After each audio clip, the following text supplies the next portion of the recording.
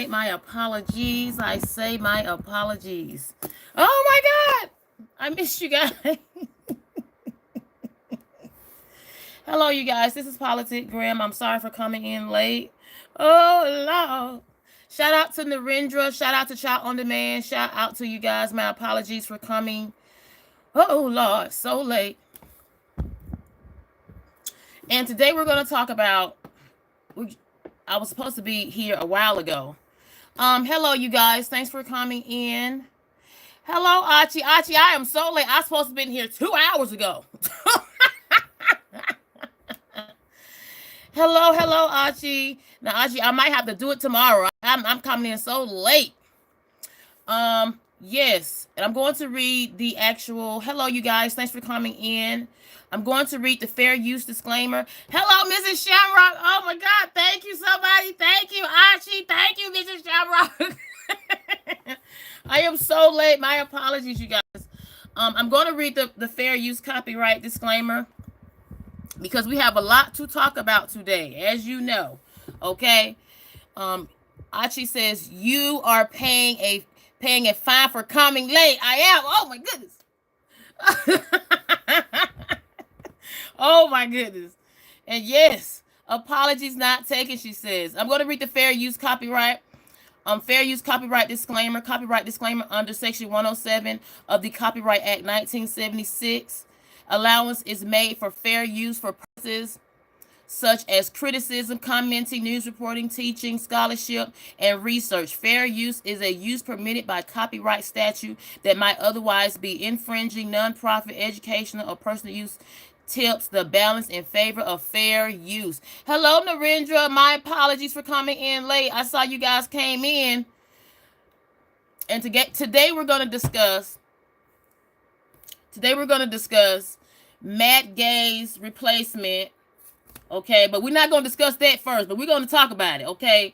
And if you guys don't know who Matt Gaetz is the one that Donald Trump had nominated initially to be the Attorney General here in America, okay? And because of all these allegations, investigations dealing with SA, okay? SA, that's all I can say. Matt Gaetz had to be replaced, and he had to be replaced by a female, okay? And he should have replaced Matt Gaetz way before now, okay? But we're gonna move along. We're gonna talk about Diddy first. Next, we're gonna do a whole Diddy review. We're gonna talk about new lawsuits against Diddy. Yes, Diddy has 5 new lawsuits, unfortunately, okay? Unfortunately.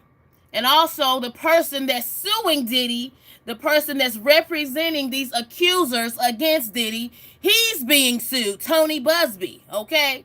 And then also we're going to talk about possible witnesses for the trial to come May the 5th of next year. I don't know if you guys ever heard of these particular people. You guys let me know. Have you guys ever heard of Precious Muir and Jonathan Oddi?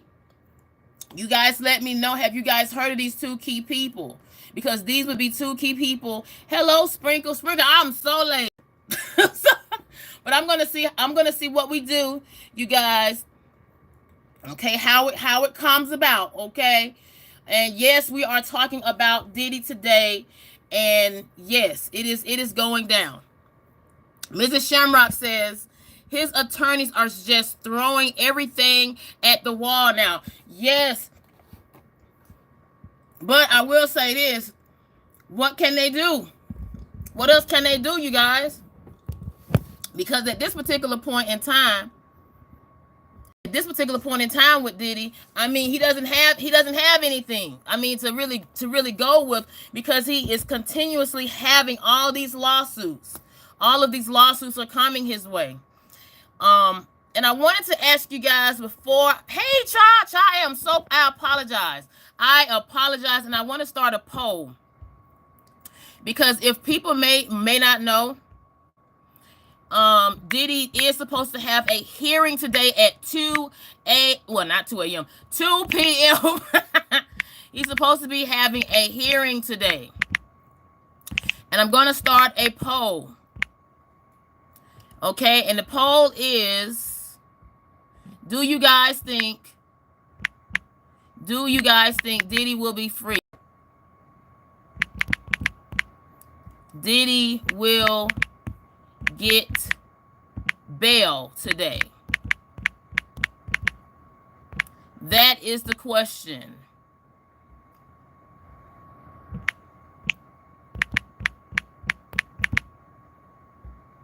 Okay.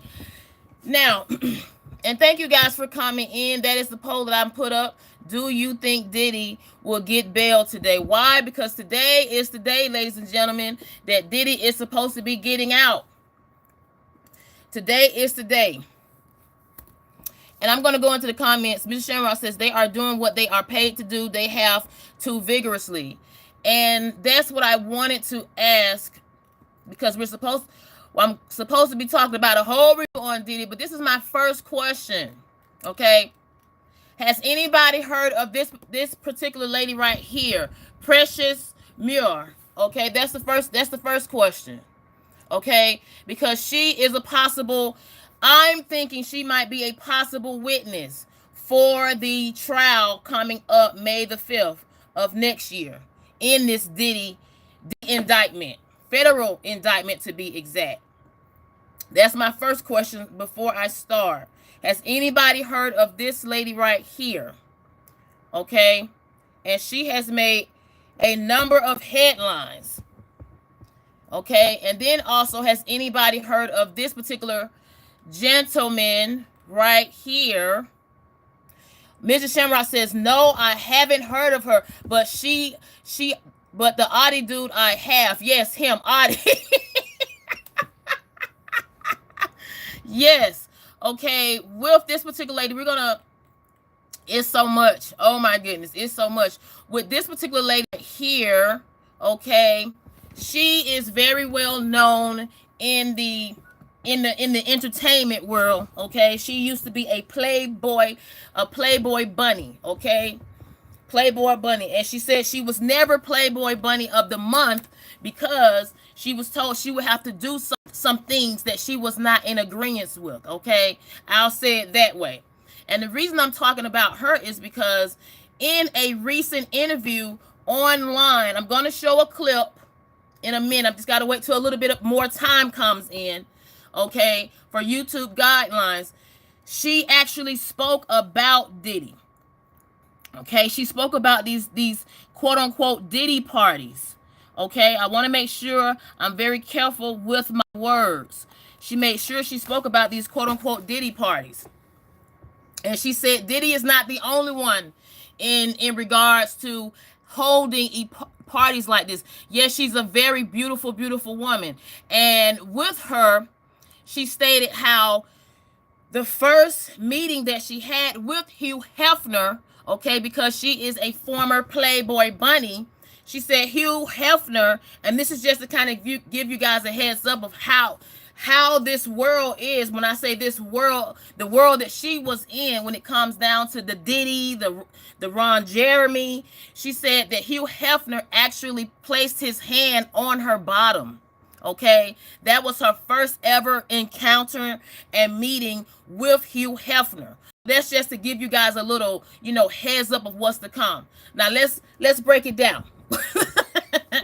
Now with Miss Precious Muir, she said she had been violated by two photographers, okay, at an alleged party, Diddy party. She claims she almost ended up on a tape having, with a famous basketball player. She said she worked as a model in New York in the early 2000s. Now, why am I talking about this? Because these lawsuits in regards to Diddy deals with what? All the way back to the early 2000s and 1991. So from her, she's coming from the aspect of the early 2000s, okay? This is just to kind of give you guys a background with her. And she said that she was hired, okay, as a Playboy golf bunny, okay, because she did not want to be that Playboy bunny of the month. And thank you guys for coming in. I'm going to read the comments. Your Honor, I move to all testimony. Narendra says, Mrs. Shamrock says, I just can't see a federal judge letting him out. And see, this is why they interviewed one guy, and he said the only way they would let Diddy out is if he does something for the feds. If he tells, okay, that'll be the only way he gets out today. That's what allegedly a gentleman who previously himself was in the Metropolitan Detention Center stated. Child on Demand says the Hefner part is a little suspect. I understand he touched her, but why become a bunny after? And see, with her, these are the things that really makes me question some things, okay, about what's going on. And I'm going to play a clip of this beautiful woman. She looks good. I'm not gonna even lie. She looks really good.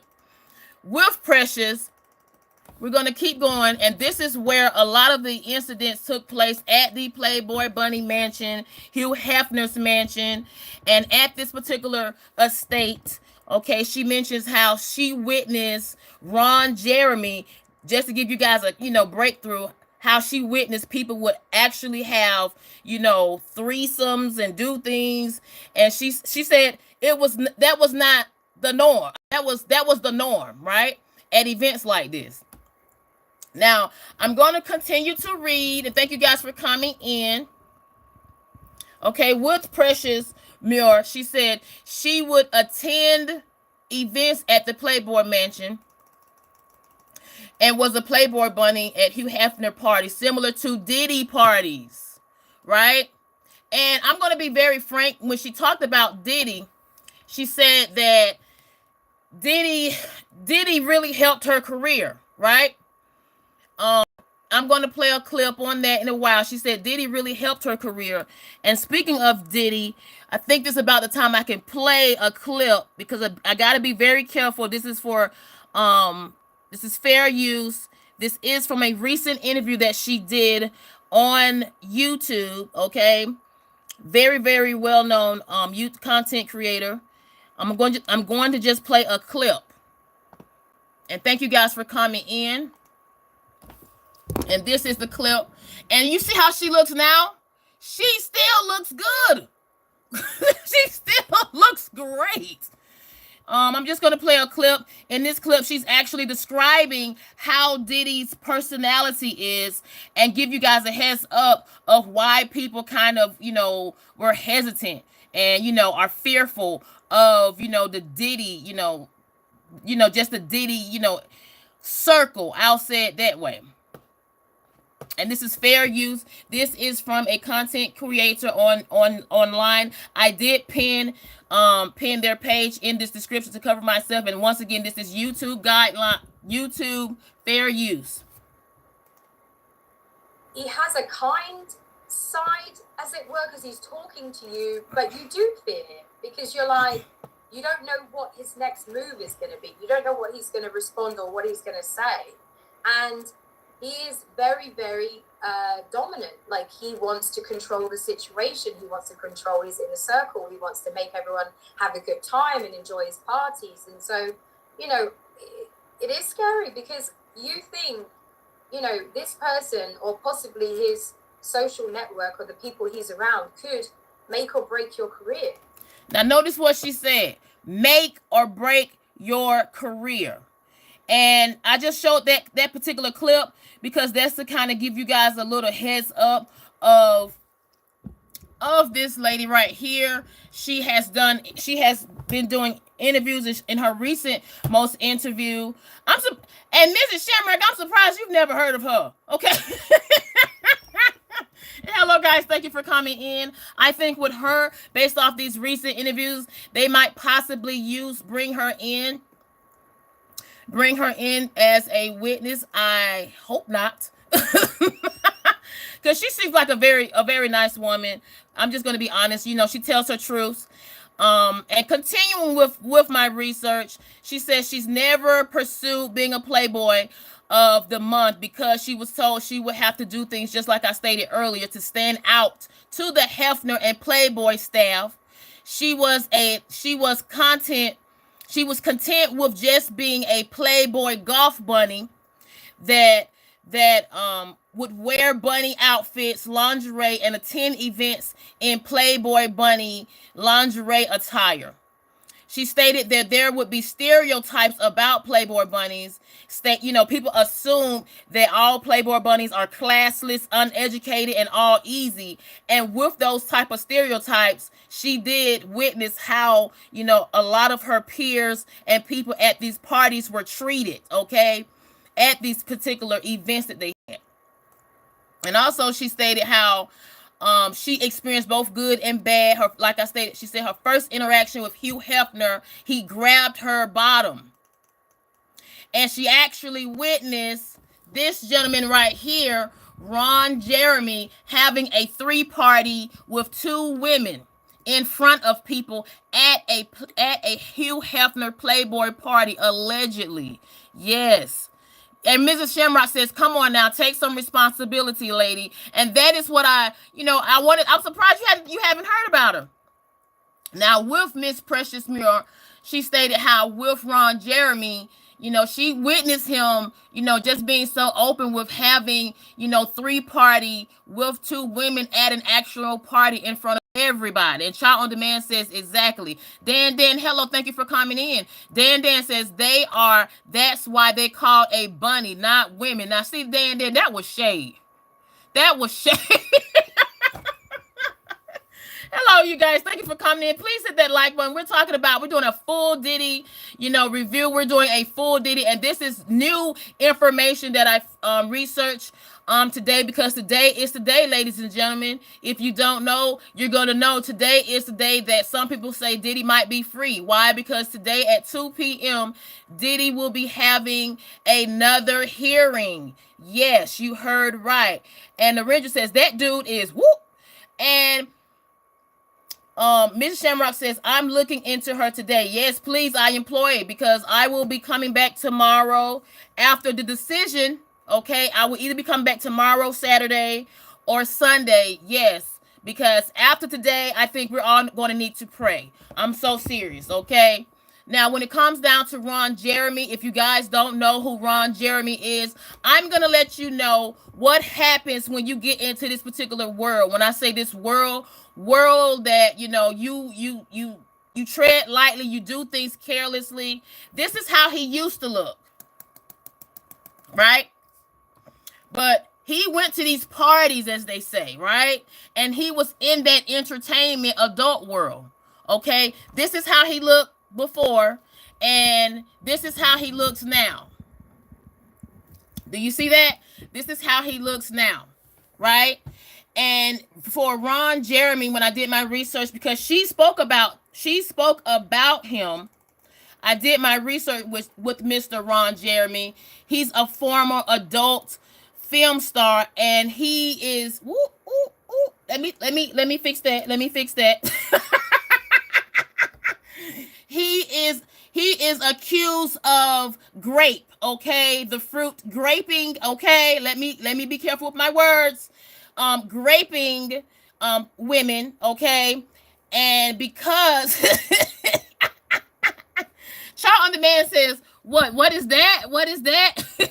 That is him. He was actually in court. He has deteriorated in age, as well as his illness. I think he had a mental breakdown, so much to the point that back in September, Narendra says, who, Ron or Hefner? Okay, Ron Jeremy is a former adult film star, okay, and he was accused of graping a lot of women, so much that he had allegedly an indictment, and because of his illness started to deteriorate back in September of 2023, he was released to a private residence where they said he'll receive 24-hour medical care.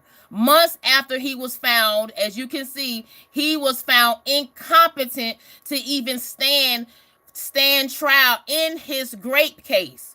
And the reason I wanted to I put him in this, ladies and gentlemen, is because I really think they're really trying to get Diddy at that particular point. I think when I say they, I mean that as far as the federal prosecutors, as far as, what's going on in this current indictment that Diddy is going through, they're trying to break him. Why? Because look at everything that's been going on since Diddy has been incarcerated at MDC, Metropolitan Detention Center in Brooklyn, New York. I think they want Diddy to end up looking like the former adult film star Ron Jeremy. I think they want Diddy to look like this guy. And that's just my personal intake on it.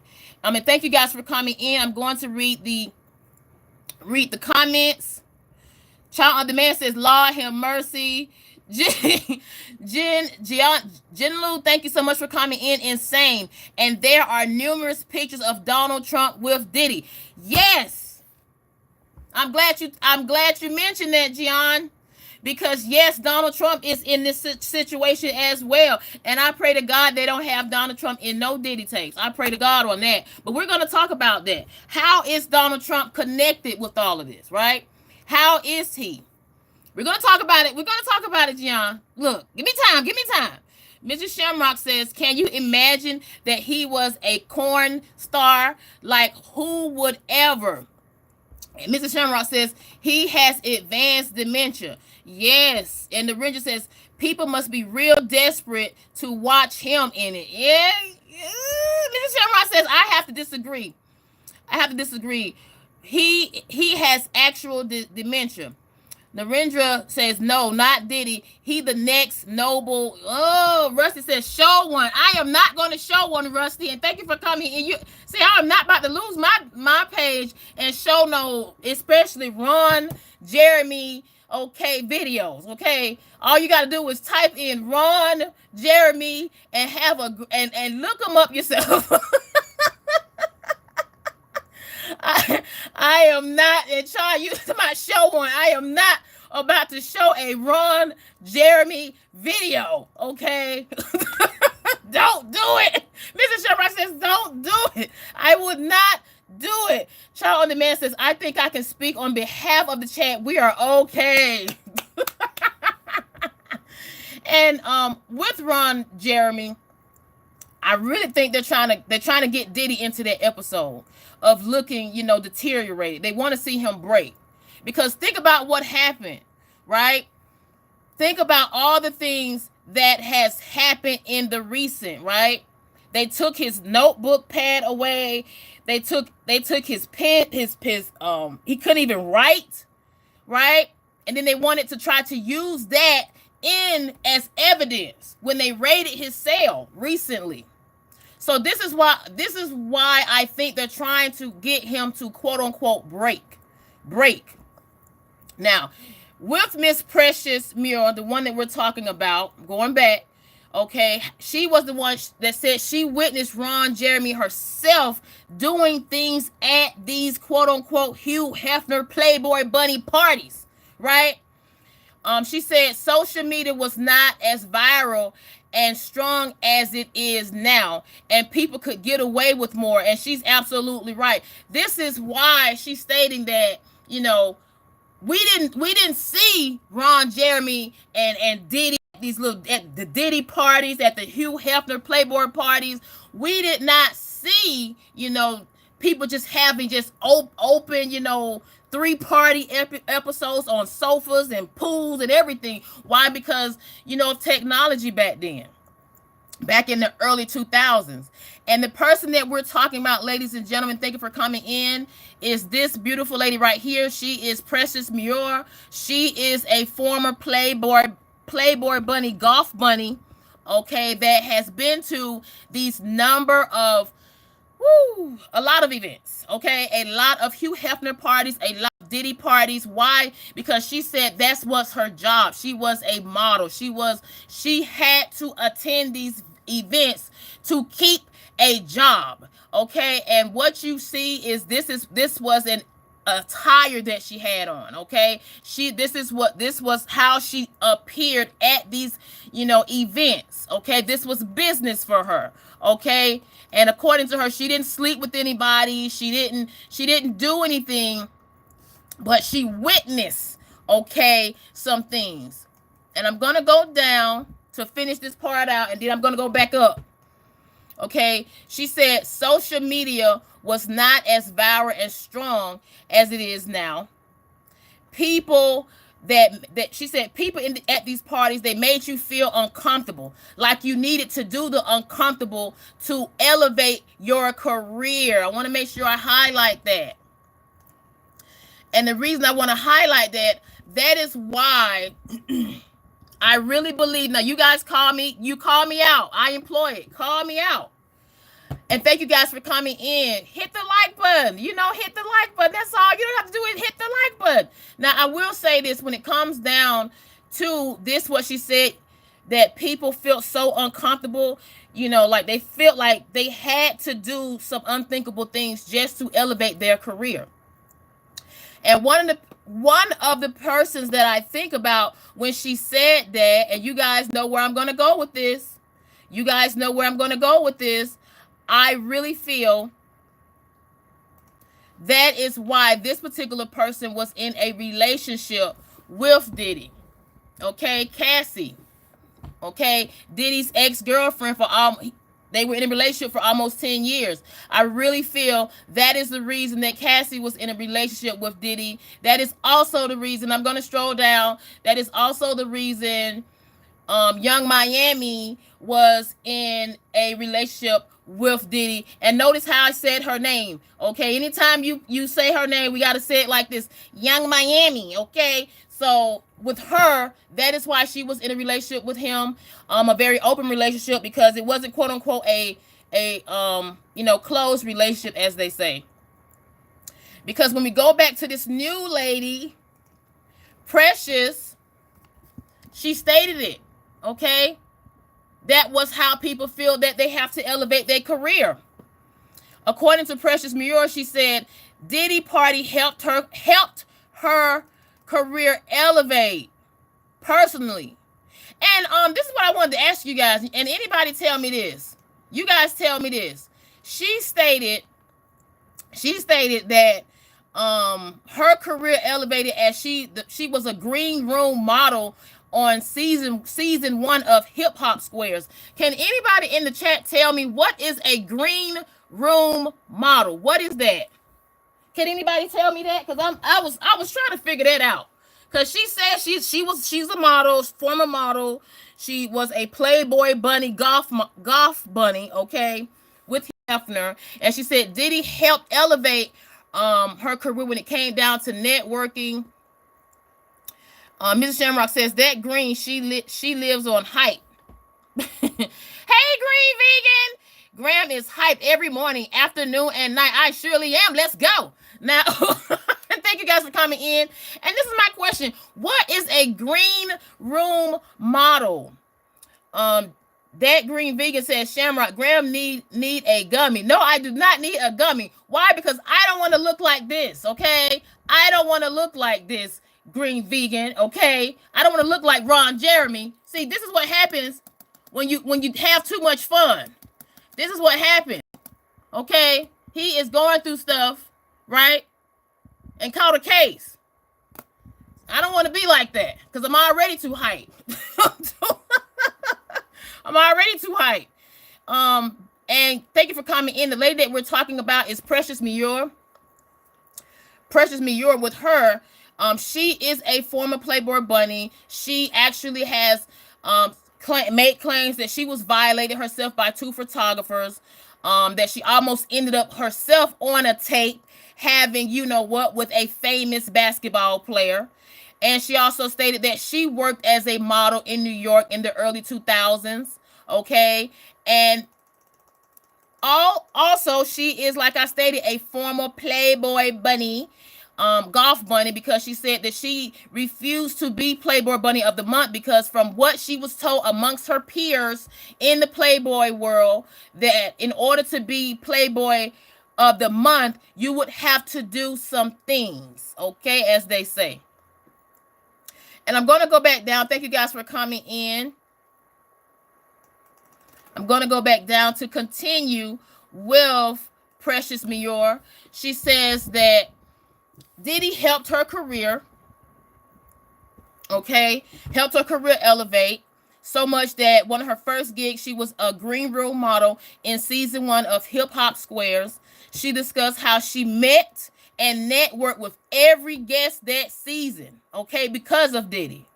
I want to make sure I highlight that. She met and networked with every guest from season 1 of Hip Hop Squares because of Diddy. Why? Because she said at a Diddy party, she met someone that was able to connect her with the show of Hip Hop Squares.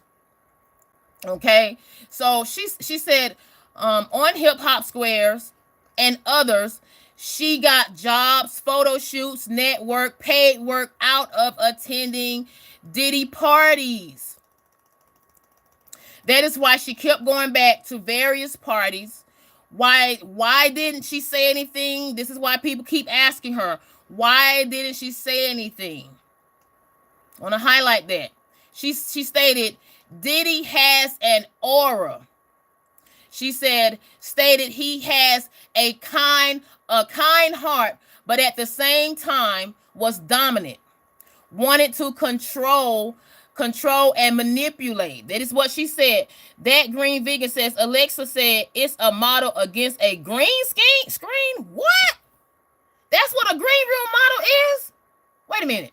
A model against a green screen. What the?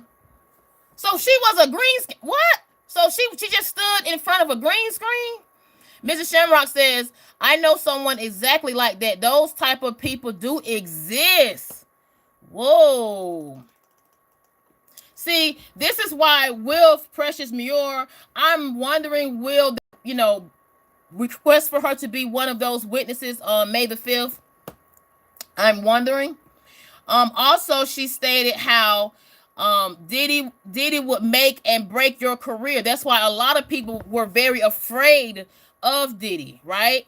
And even right now, while Diddy is incarcerated and has been incarcerated since September the 17th, okay? Because he was arrested September the 16th, but he's been incarcerated since September the 17th of this year. People are still scared of him, right? So much to the point, and she mentions this, okay? She mentions of a rapper. She didn't say the rapper's name out of fear, okay? The Green Vegan says, the Green Room, look it up. Now, also, she says, she mentions how people at these parties, they would ask you, would you like to do drugs? It takes a group of people to come together. She didn't speak up because she felt alone and had fear. Because if you guys listen to the clip, and I'll play that clip again in about a few more minutes due to YouTube guidelines, because I don't want to get no smoke from this YouTube content creator. He is a very well-known, popular content creator. I love him. I have respect for him. But she stated how in the interview recently, how people were scared of him. And she said in her case, she didn't know anybody here in America. Okay, because with her, you guys heard she has an accent. She does not have a quote unquote American English accent. And she stated the first party of a Diddy party. Okay, and she didn't want to say the particular vodka brand. I think you guys can connect what vodka brand this was, because this was the vodka brand in the early 2000s. But she said of a Diddy party, there was a vodka brand that Diddy endorsed years ago. She stated she was deed, okay, deed. And she said, I should have said something then. I should have gone to the police then. Because she said at this particular vodka brand party, somebody actually deed her, okay? And she feels that the vodka brand, That's how she phrased it. I think you guys can figure out the specific vodka brand that she's speaking of. This is a vodka brand that was in the early 2000s. She said that she says this particular vodka brand should have separated themselves from Diddy. Okay, separated themselves from Diddy, just like how Revolt. Look at all of these brands that are currently separating themselves from Diddy, should I say. And I will even say this, people are even speculating that is some of the reason, and a lot of things are coming against and out on Diddy right now because of how he has been moved, how he moved prior to his arrest, right? And even with the most recent brand, as far as brands go, I don't know if he's still in legal matters with this particular alcohol, okay, company. I'm being very careful because Diddy also claimed himself recently with an alcohol company that they were, not supporting, people of a certain race. I'll say it that way. Okay, so he kind of made, a little people feathers fluff, even with that. But with this particular lady, she spoke of another brand, a vodka brand, where she says this vodka brand, they should have cut him off, separated themselves from him years ago, because allegedly he was using these vodka brand events and parties to invite people to his private mansion parties and hotel parties, and use this branded vodka these events to be able to get girls to come over to his private palaces. Okay, that's how we're gonna say it. She feels also that the security, okay, because remember with Tony Busby, the attorney that allegedly has over 122 accusers he's representing against Diddy. This is what he was talking about when it comes down to facilitators, because when in her interview, she stated how she feels Diddy's security around him, they need to be held accountable. Okay, and she speaks about a rapper, okay, who is unnamed, has distanced himself and has not said anything. Okay, and I'm wondering, okay, who is this rapper that she's talking about that she's so scared to even mention of? Because if you guys have seen all these rappers that has been to these Diddy parties, these elaborate Diddy parties, you've seen them, okay? You've seen a lot of them. Oh, Mrs. Shamrock, you said it. Look, I didn't want to say it, okay? I didn't want to say it because I don't want the beehive coming for me. I don't want the beehive coming for me. But Mrs. Shamrock says, Jay-Z? Jay-Z? So, she did say she remembers how this particular rapper, Mrs. Shamrock says, they can come for me. Whoa. Mrs. Shamrock says they can come for her. She said Jay-Z. But according to Precious Muir, that's what we're talking about. She says she remembers how this rapper, an unnamed rapper, throwed ice at her at an event, okay, at a club that she attended. And this was after Diddy's security approached her and asked her if she would like to come over to join him. Whoever this unnamed rapper is, you guys. And she mentions how there are a lot of facilitators, such as Diddy's inner circle. Okay? Diddy's inner circle of rappers, actors, athletes, singers. And she mentioned how as a model, after getting D'd, she still would attend these events herself. But she said when she would attend these events, she said she would tell her peers, okay, who were also models, she would tell them, and I want people to remember this, and this is even now when you go out to events. She stated this: do not drink from anybody. Do not take any shots that they give you.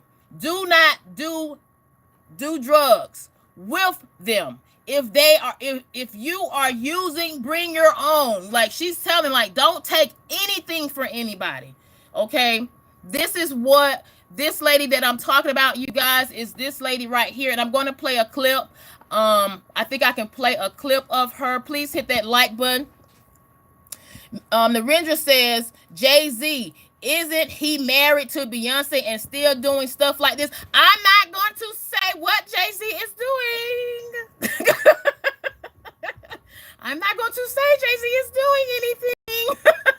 Okay? Because Jay-Z has a lot of, power in the entertainment world, because if you guys know, he is one of the people that, help make the decisions when it comes down to these Super Bowl events, right?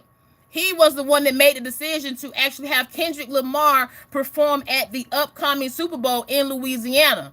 And a lot of people feel that he should have put Lil Wayne and other Louisiana artists such as Bootsy to perform at the Super Bowl. So this is just to kind of let you guys know just how much power Jay-Z has, even in, right now. We may not hear music from Jay-Z, but Jay-Z has a lot of power.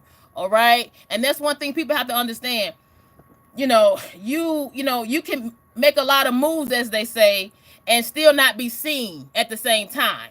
And with this lady right here that we're talking about, she said that is how Jay-Z, not Jay, ooh, Lord, Mrs. Shamrock, you got me caught saying Jay-Z. But this is how Precious Muir was saying how Diddy actually was moving, right?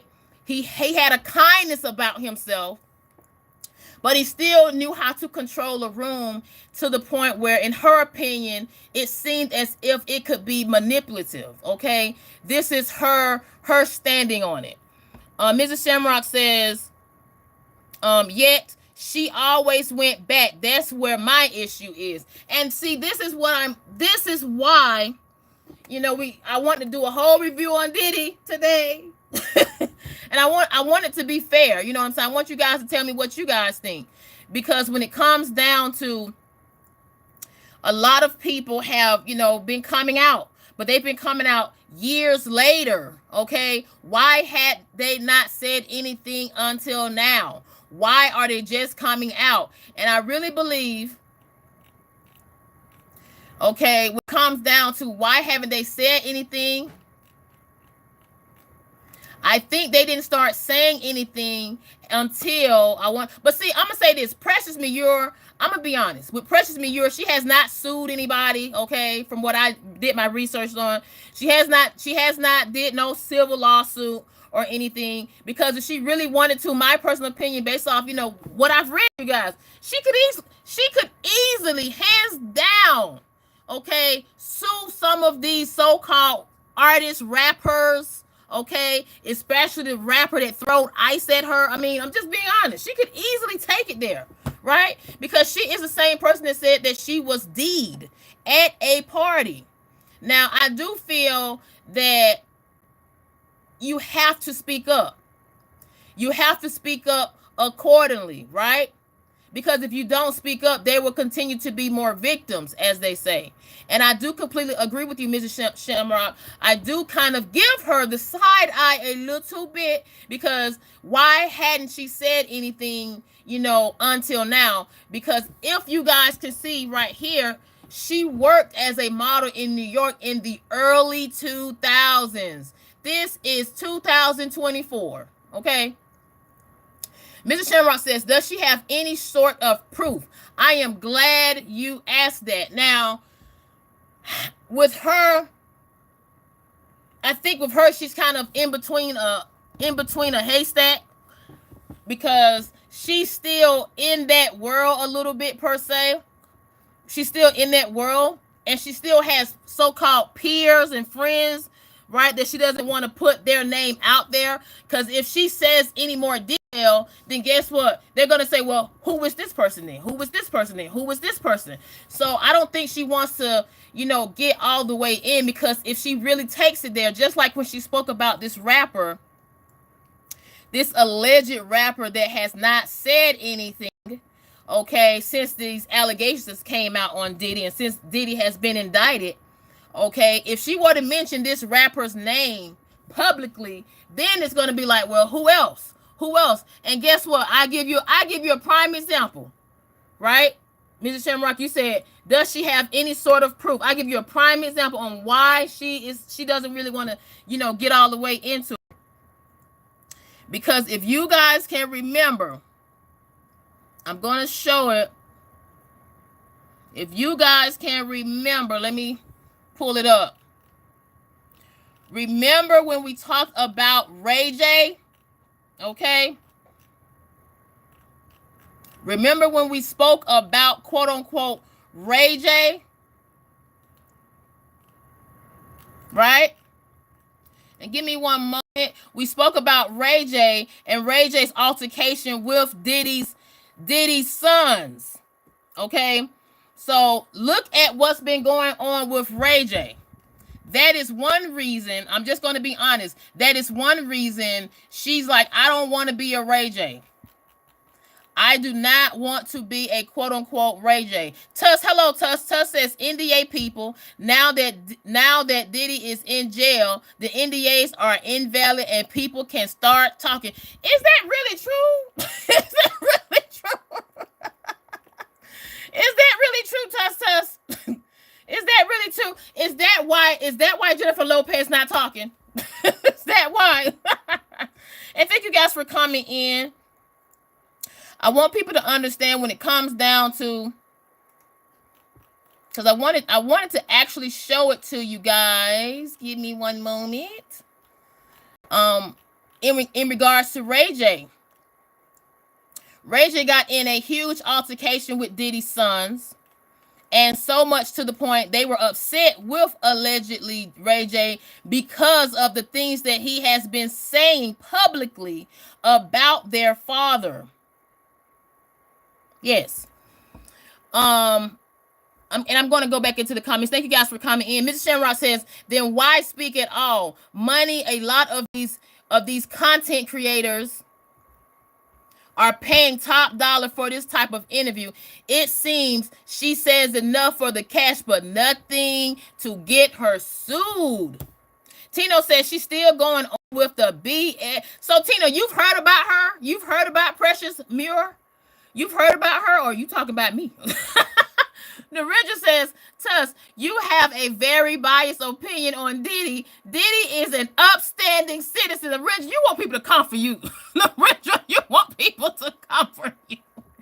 Tom says, is this a Trump stream or a Trump support stream? Tom, does it really matter? Does it really matter? Because today, as you can see, we are talking about a number of things. And today is the day that we are going to talk about everything, okay? But the focal point will be Diddy, okay? Because today is the day Diddy, some people will say he will be free. Why? Because this is a hearing he will be having at 2 p.m. Eastern time here in America. Patriot, thank you so much. Hello, Patriot. Thank you for coming back. Good morning. He says here, she says, politic. Good morning. And yes, Patriot. Look, I know you was gonna come in here because we're gonna talk about the politics too now. Okay, I had to throw it in because Matt Gaetz, he is another one that needs to be as they say locked up. As they say, locked up. And the person that we're talking about, okay, that needs to be quote unquote locked up is Matt Gaetz, okay? He has been in a lot of investigations, and so much to the point Donald Trump had to actually replace him as the nomination of quote unquote attorney general. But we're gonna talk about him in a little bit, but we're gonna go back to Diddy though. Okay, we're gonna go back to Diddy. Okay, we're gonna talk about him in a minute. All right, we're gonna talk about Matt because Matt got a full awakening. Okay, that people will stand up for what's wrong and what's right here in America. I think people are very tired at this point. And unlike some people, no names, but you see the picture that I post up, some people would say stuff, ahead of time and not wait almost 30 years later. But back to this situation with Diddy, I think with Precious Muir, I believe some of these allegations that have came up, and we're just going to say allegations because she has not, said no names per se. And Mrs. Shamrock says, an NDA is still valid if someone speaks to the public. It does not cover someone speaking to authorities. Whoa. Narendra says, supporting Trump. Patriot says, morning, Narendra. Patriot, I caught that, Patriot. Tom says, oh, okay, cool. I like Trump. Okay, that's, look, welcome in, Tom. Tuss says, Diddy is not outstanding person. Child on Demand is laughing her bottom off. Narendra says, morning, Patriot. Narendra says, Tuss Diddy once saved me from a burning building. The lies you tell, Narendra, the lies you tell. Mrs. Shamrock says, morning, Patriot. Patriot, thank you for coming back in. Thank you so much for coming back in, Patriot. Tuss says, hopefully Trump releasing the Diddy and Epstein list. And see, this is why, I'm going to tell you why Donald Trump is connected, okay? Well, they're trying to connect Donald Trump to this Diddy mayhem, okay? And Tom says, JFK files. Ms. Shamrock says, haha, I told you Gaetz wasn't going to make it. You know what, Ms. Shamrock? Look, anything could happen at this point. Because, with all these nominations Donald Trump has been putting out, we don't know. Look, it's fair game at this point. Patriot says, Shamrock, morning. Joe Black, hey, what's up, Joe Black? Thank you for coming in. And ladies and gentlemen, please hit that like button. Please share the live. Please subscribe. And if you would like to be even more of, a supporter, then you can always, donate in the super chat. Donate a super sticker. Hello, Susan. Thank you so much for coming in, Susan. Yes. How are you? I am great, but hashtag no Diddy. Joe Black says, good morning, boo. Wellness. Hello, Wellness. Thank you for coming in. And I'm trying to add you guys as a moderator. It's not coming up. Let me know if you got the moderator, a ranch, a blue coat, as they say. Patriot says, Trump 2024. Patriot, do you mean 2025? Do you mean 2025? Mrs. Shamrock says, good morning, Joe and Wellness. And yes, going back, thank you guys for coming in. And I also want to make sure I put this to all the moderators that are in this room. Please, please, please, please protect this channel. If you see anything out of whack, please put the person on mute or however. Please, we have to protect this channel. Okay, I give you guys the blue jacket for a reason. Please, okay, because what we're talking about today, we're going to be talking about two very, very controversial, popular people. Those are Diddy for one and Donald Trump for two. Okay, so we got to keep this page very, very protected. Okay, I'm just putting it out there for all you guys that have the blue jacket. Okay, please protect us. So yes, now how is Diddy and Trump connected, as they say? Then that's moving forward to this guy, right? Jonathan Oddi. Okay, this particular gentleman was the man that popped up Trump golf course in Florida. And it happened in 2018. Jonathan Oddi is still in custody right now as we speak. And mind you, this happened in 2018, ladies and gentlemen. 2018. Oddi is still in custody in Miami-Dade County on attempted M, as they say, of law enforcement officers armed burglary, and armed grand theft charges, okay, over this 2018 incident. And I want to see if I have a clip of this madness. It was pure madness happened in 2018 with this man. I'm going to show a clip, and this is fair use. This is quote unquote fair use. And this is what happened in Florida back in 2018. And ladies and gentlemen, please hit that like button.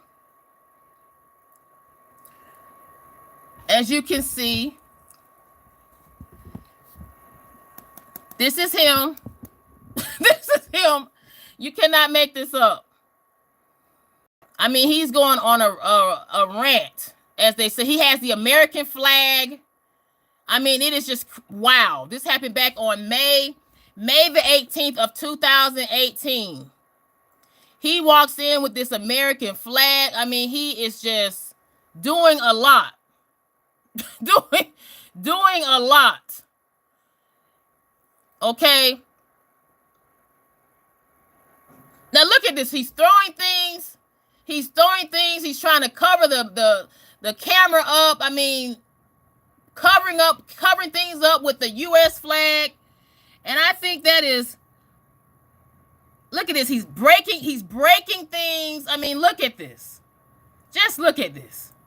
Now, that is all I can show, okay? Because look, it's a lot going. This is the gentleman we're talking about, okay? And the gentleman that I just showed you in that clip, this is fair use. This is Jonathan Oddi, okay? And he is the man that made a spectacle at Donald Trump's golf course in Florida back in 2018. Now, people are trying to connect him with this Diddy, Donald Trump. They're trying to connect all. He is the one doing this, okay? Right? And we're going to talk about him. And thank you guys for coming in. Please hit that like button. Please share. Please subscribe. Please donate if you wish. A super sticker if you wish. And we're going to talk about Jonathan Oddi. Oddi is still in custody in Miami-Dade County on attempted of law enforcement officers, armed burglary, and armed grand theft charges over the 2018 incident. He is from South Africa, okay? He stayed, and he did a whole interview. Okay, now with this interview, that was the thing that that went viral. He did a huge interview, and is coming back to hunt us all, right? He did this interview, and in this interview with law enforcement, when he was arrested, he spoke about Diddy. He spoke about Cassie. He spoke about Donald Trump. He spoke about the quote-unquote Mercedes family, quote-unquote Kenny Mercedes. He spoke about Donald Trump. He mentioned things that he mentioned in 2018 are things that have happened to Donald Trump himself in the present. Okay, so that's why people are trying to connect the dots, right? In regards to this gentleman known as Jonathan Oddi. And thank you guys for coming in. Now, with Jonathan Oddi, this gentleman that we're talking about, that I'm showing you guys, okay, he said that, okay, he's from South Africa. He spent his first 12 years in South Africa. He moved to Argentina with his parents, okay, who escaped the dictatorship in Argentina, okay, but he was there in Argentina for another 12 years, and he's been in America for over 20 years, okay. Now, going down, he said the reason that he did what he did at the Trump golf course is because he wanted to, in his word, wake people up. He said he did it alone, and he wanted to do it as a form of wake-up call, okay? Now, how does Diddy and all this come about? Because he said Diddy sent Rick Ross to threaten him. Okay, I just want you guys to just think of, I'm putting all of this. Let me go, hold on. Hold what you got. Dang it. I'm going to have to read it. Okay. I'm going to have to read it. Basically, Will Jonathan, he said that, and this is for YouTube purposes, guidelines. I got to be very careful with my words. He said he spoke about Cassie. He said Diddy hired him. He hired him to be the slave worker to Cassie and him. Okay, I'm being very careful with my words. Okay, an S worker. And he said, he talked about how Diddy would perform the M and tell him to do things with Cassie. And Diddy would watch him and Cassie do things. Okay? Watch him and Cassie do things. He mentioned how he slept with Cassie 15 times. Okay? I'm just putting it out there. This is fair use. And he also stated how Diddy would be the person that would give him instructions on what to do. And he said a lot of times Diddy would be in one room dealing with business matters, right? Dealing with business matters. And Diddy hired him to take care of Cassie in another room. Okay? And I'm trying to be very careful with my words. And he says, how does this lead up all to quote unquote Donald Trump? Because he mentioned how this family known as the Mercedes family, they had been promoting an agenda against Donald Trump. And he says that they have been promoting an agenda against Donald Trump, and other people have been promoting something against Donald Trump, so much to the point, they said, because Donald Trump is an alpha male. This is what he said. Oh my gosh, thank you so much. Thank you so much. Who is this? Kuma Boy. Shout out to Kuma Boy. Yes, like and subscribe. Thank you so much, Kuma Boy. Yes, we're talking about Jonathan Oddi. Thank you so much. Shout out to Kuma Boy. With Jonathan Oddi. And thank you so much, Kuma Boy. Much shout out to you guys. All you guys in the live, please hit that like button. Shout out to everybody in here. We're gonna make it big today, because today is the day I did be a woman of my word. We're talking about Diddy, okay? Why? Because at 2 p.m. Eastern time, Diddy is having a hearing. And I want to see, is he going to get out? Why? Because if he gets out, he's going to go to, not him, but he's in Florida. Diddy's going to go to Miami, his mansion in Miami. And this is where this guy who did this, Jonathan Oddi is a lot. Jonathan Oddi is a lot. So much, he is still in custody in Miami-Dade County. Now, some people would speculate, could he be the reason the prosecutors say, well, Diddy may not come out? Diddy may not get that bail bond out because, he might be fearful of Diddy too? I'm just saying. Now, I'm going to also continue with Jonathan Oddi, how he's putting Donald Trump in this, okay? He said that, like I stated, Donald Trump, they have been trying to comfort him. They have been trying to allegedly attack Donald Trump. And this is why everything is coming back at what he said in an interview, right? With law enforcement. Because look at all the things that has happened to Donald Trump recently, right? Okay, and everything, I'm going to say this, not everything, but a lot of things that he spoke about in an interview back in 2018 when he was arrested, okay, these are things that has either happened to Donald Trump, okay, in the present, or happened after 2018. I'll say it that way. Also, he mentions about Barack Obama. You can't make this up, ladies and gentlemen. You cannot make this up. He says allegedly Barack Obama is a hidden ex-CIA agent. Yes, he did. He said this. He said he says all of them are in it. He says everybody is in it against Donald Trump. Okay, this is you can't make this up. And then he also spoke about how Mark Gregos, Diddy's former attorney. This is what he says. This is what Jonathan Oddi is saying. He says Mark Gregos is also did business with FBI, worked with President Obama, as well as FBI against allegedly Donald Trump. Now, look, this is everything he's saying. Okay, this is allegedly. Look, that part I don't agree with. I can't agree with this, but this particular part that I'm telling you guys, I cannot agree with. Okay, I can't.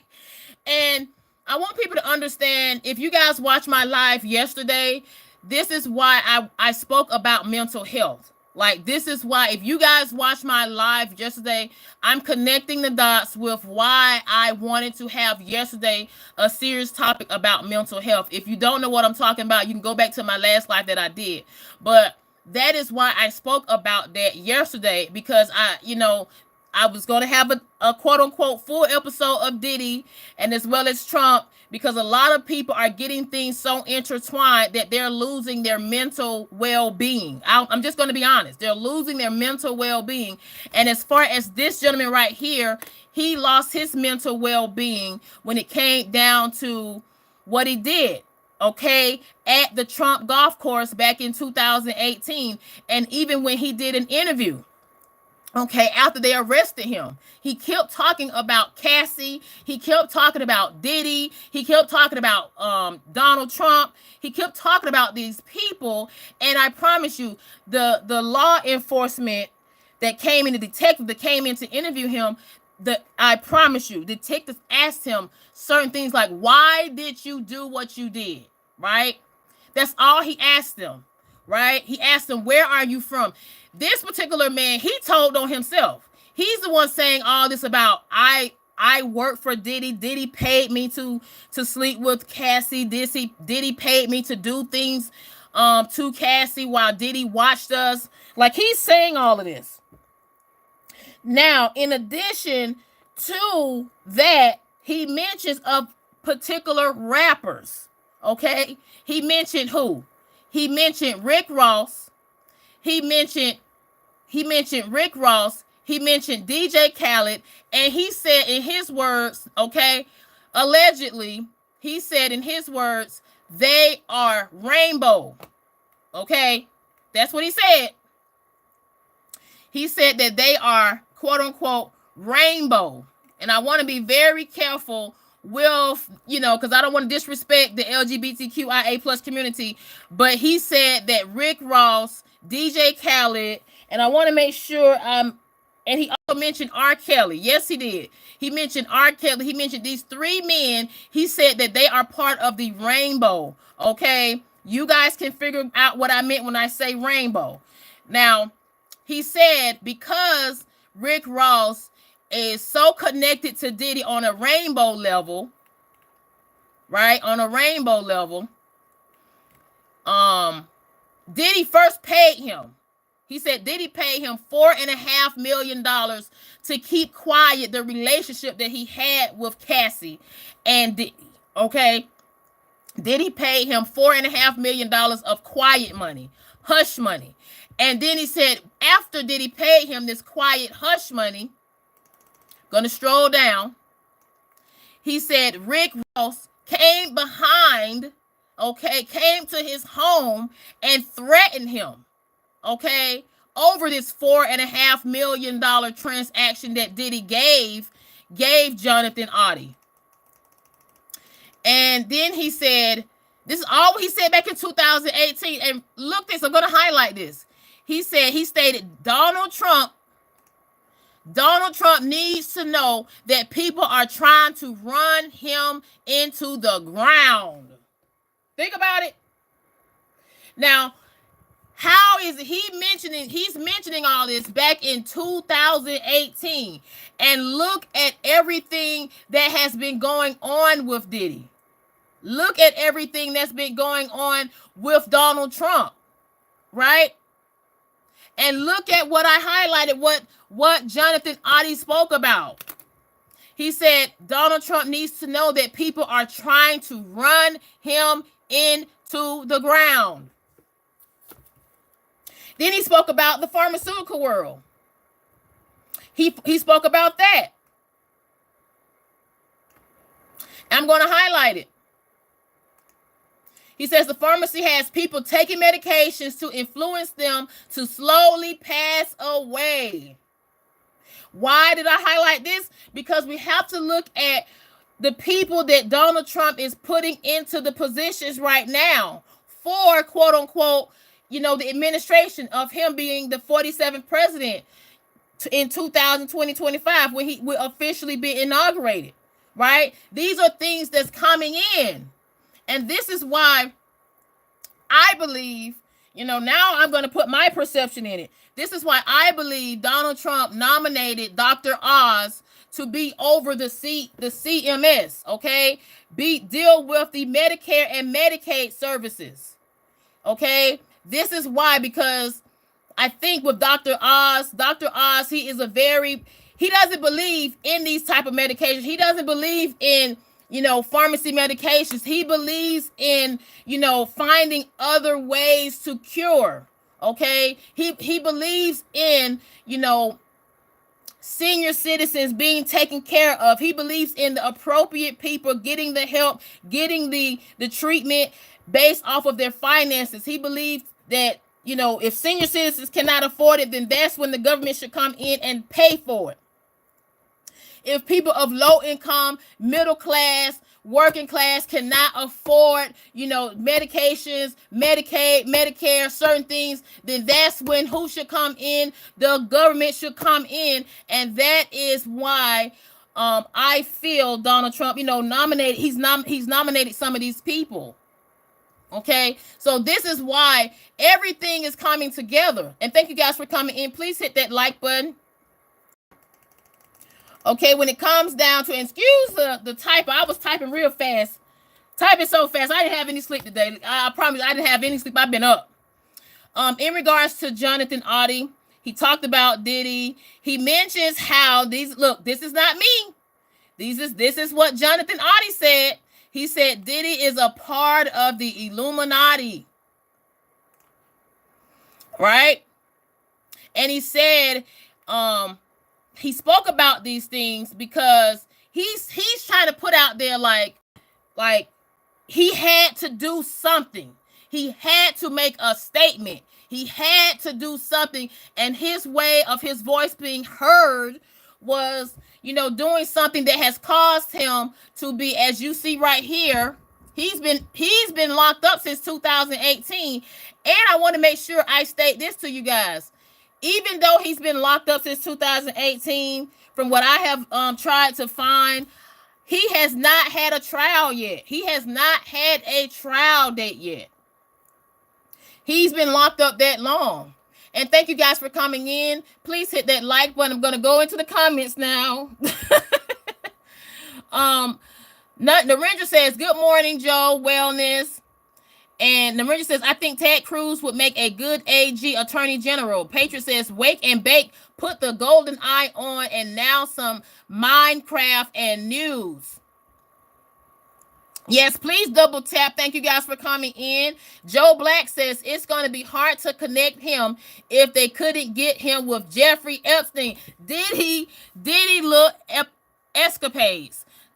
That's just my opinion. Love you, politic, and I love you too, Joe Black. Thank you for saying that. I'm gonna read what Joe Black said once again.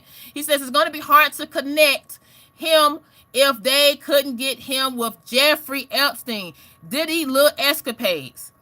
But that's just my opinion.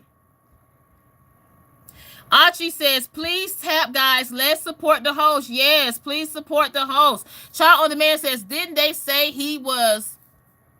So he probably was in witness protection. Now, see, I don't know. I don't know if Jonathan Oddi is quote unquote alive, as they say. I don't know. And this is why, and Mrs. Shamrock, you hinted on it. I'm not going to repeat what you said, Mrs. Shamrock, but you hinted on something as far as people need to be very careful with what they say. Okay, and why you should be very careful what you say on YouTube and as far as social media in regards to especially this Diddy mess. Okay, because just like what Child on Demand says, didn't they say Jonathan Oddi was okay? So he probably was in a witness program, witness protection. Grayson says beyond madding. Child on Demand says, unless I'm getting the names confused because I thought a man associated with Diddy had a similar name. Child, this is the man. I think this is the man. Okay, from what I looked up, this is the guy. Jonathan Oddi, this is the guy. Okay, that we are talking about. I think that's the one you're talking about because what I looked up. You're not wrong. You're not wrong. And yes, it is too much going on. And I do not like the fact, they're trying to put Donald Trump in this. Like, don't he have enough issues? Doesn't he have enough issues, you guys? So, I mean, I'm not trying to be funny, but he tried to nominate Matt Gaetz to be Attorney General. And then as we can see with Matt Gaetz, we're going to stroll down with the investigation with Matt Gaetz had something to do with misconduct, illicit drug use, accepted improper gifts, sought to obstruct government investigations. And then if that wasn't enough, then that's when the checks came out. Okay, like I think Donald Trump has enough in his lap. Okay, because when Donald Trump nominated Matt Gaetz to be the Attorney General, that's when these checks start coming out, right? That's when these subpoena payments to two women that said that the checks came from Matt Gaetz, and some of these checks was for them, performing S to him, as they say. Now, why am I speaking about this with Diddy? Because we have to be honest, ladies and gentlemen. What is all that the prosecutors of the Diddy indictment, the federal Diddy indictment, what is it that they all have? Because if you guys have been following me, okay, when they raided Diddy's homes in Miami and Los Angeles, they confiscated 130 cell phones, okay? And they even mentioned how they have videos. So I'm saying to say that, right? If they were able to leak out, and this is ABC News, fair use, okay? ABC News was able to get these copies of checks that Matt Gaetz actually gave these women. Look at this, $750 for tuition for one of the women, tuition payment. Okay, and even with the Venmo, right? Even with the Venmo, he sent a woman $420 just to say she made him have joy, made him happy. Okay, and then another woman sent her $300 just to tell this woman, I love you. Then sent another $250 just to say hi. Okay, now just think about that. So that's why I said, I cannot wait till this Diddy trial starts May the 5th of next year. Because do you guys see all this that's leaked out against Matt Gaetz, right? Imagine the things that is going to come out on Diddy.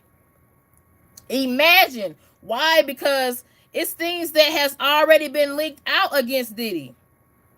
It's things that has already been leaked out against him.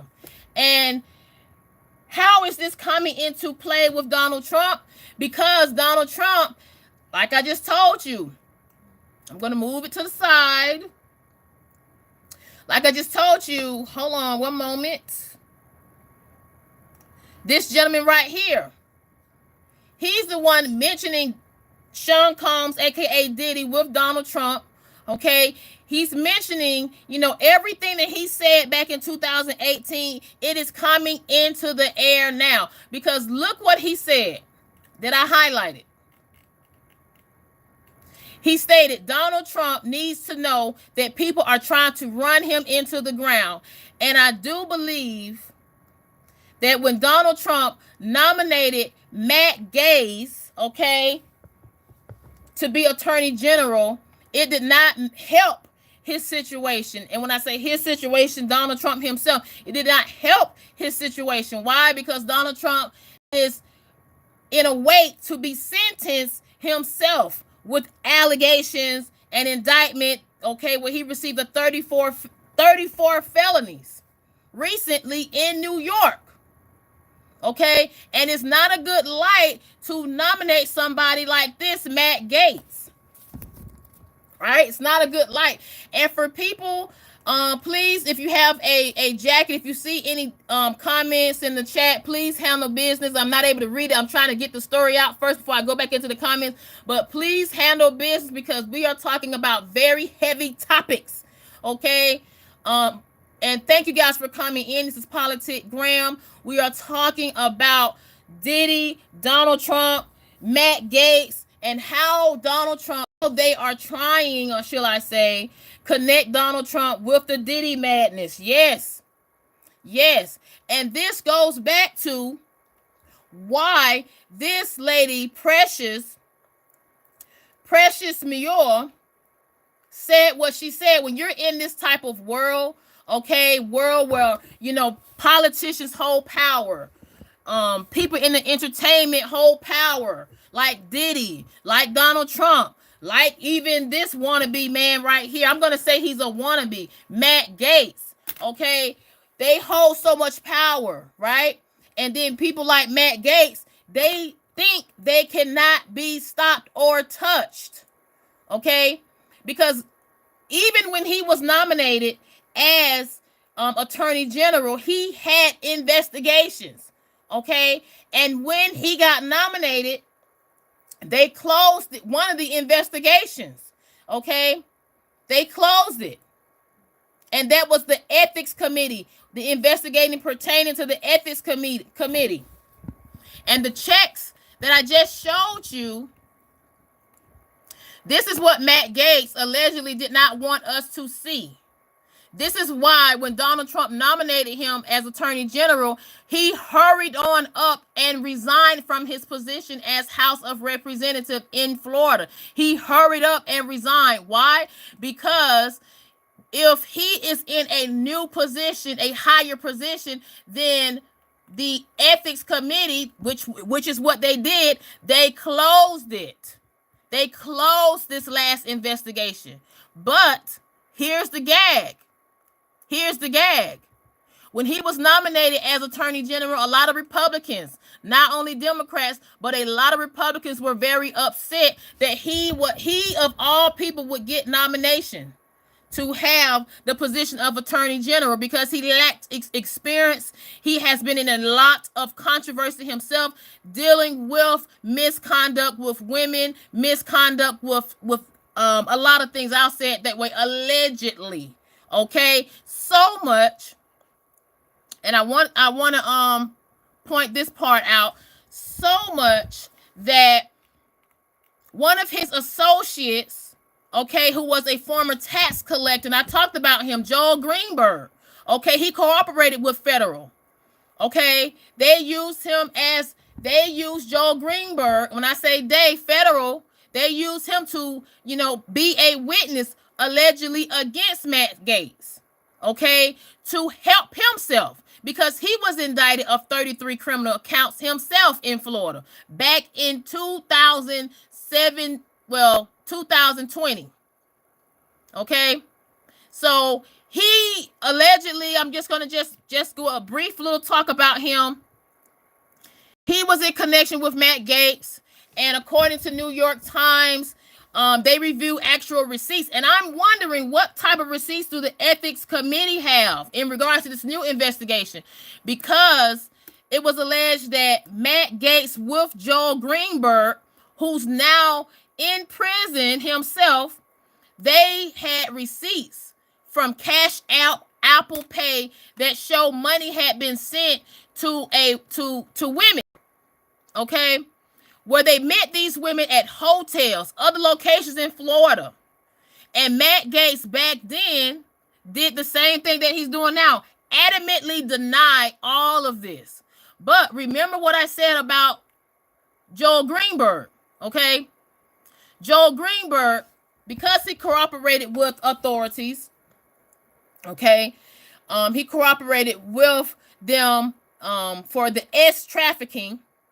He ended up getting sentenced 11 years in prison by the federal judge in Florida back in 2022.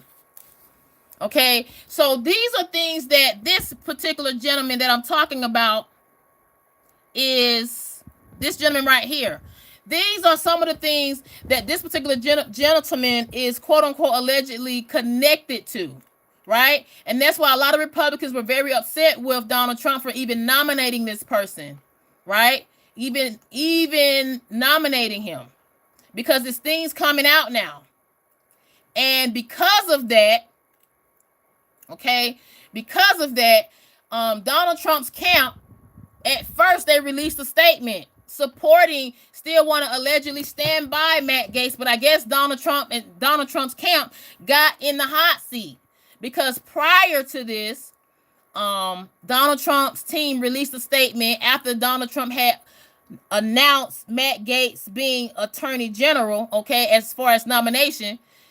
This is what they released a statement saying: the Justice Department received access to roughly every financial transaction Matt Gaetz ever undertook and came to the conclusion that he committed no crime. These leaks are meant to undermine the mandate from the people to reform the Justice Department. These are baseless allegations intended to derail the second Trump administration. Now, that made people even more furious with that statement. Okay? Made them even more furious. So much to the point. I'm going to stroll down. Matt Gaetz ended up withdrawing. Matt Gaetz ending up withdrawing himself from the nomination. And he ended up releasing a statement saying, I had excellent meetings with senators yesterday. Okay, he mentioned this particular statement. He mentioned this statement yesterday, okay? And in this particular statement, he said he had a conversation with senators Wednesday. I would have loved to have been the fly in that room. Okay, so he says, I had excellent meetings with senators Wednesday. I appreciate their thoughtful feedback. Basically, they're checking him. You need to step down, okay?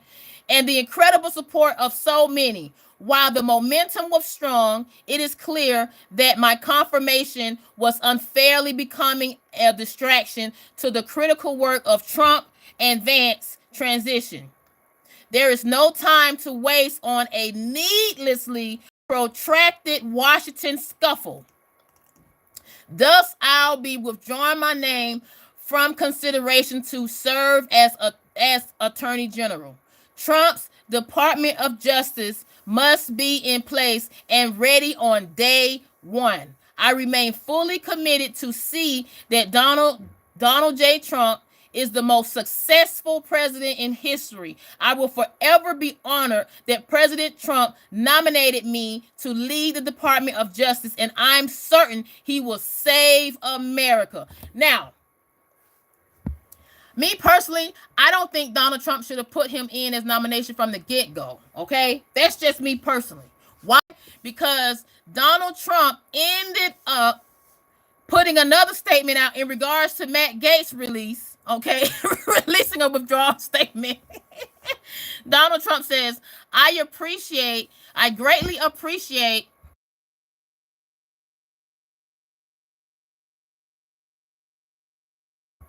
okay, Donald J. Trump, he released a statement saying, I greatly appreciate the recent efforts of Matt Gaetz in seeking approval to be Attorney General.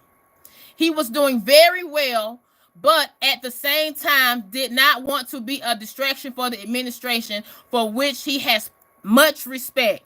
Matt has a wonderful future, and I look forward to watching all of the great things he will do. That is the lies you tell, Donald. That is the lies you tell. Donald. Okay? And you guys let me know. All right? And I'm not trying to be hit on no sides. I just give the report and my opinion, okay?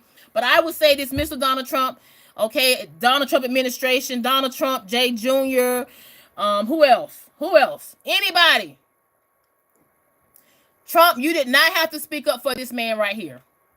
You did not have to speak up for this man right here. I'm so serious. We could have went without that statement, because the things that Matt Gaetz has on his back right now, I want people to understand this. Matt Gaetz withdrew himself from the position of Attorney General, but people have to also understand now, the question is, will he get back into his old position as House Representative? And now, this is another head swinger. Because Republicans are so upset, Democrats been upset, right? Will they even allow him to get back into his role as House of Representative in Florida? Will they even do it? Because now, since he recused himself from being the nominee for Attorney General, now guess what we have? Now we have that investigation. Now we have this investigation coming back up in the room. Okay? And thank you guys for coming in. Please hit that like button. Thank you guys. Now I'm finna go ahead and read the comments. Read the comments.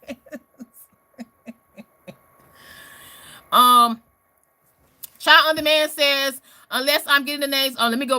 I got a long way to go. Okay, Tuss says, I heard this guy got diddied. He said too much in an interview. Oddi isn't with us because he had too much dirt on. Yes, Tuss. Yes, he had too much. And I think Jonathan needs to kind of be careful right now with what he says with certain things, because if I'll say it this way, okay, if Donald Trump himself had to be very careful with how he spoke on this person right here, okay, what do you think is going to happen allegedly, supposedly, to Jonathan Oddi if he continues to say things? And I really believe that's one of the reasons he has not seen a trial date yet. Okay, Jonathan Oddi.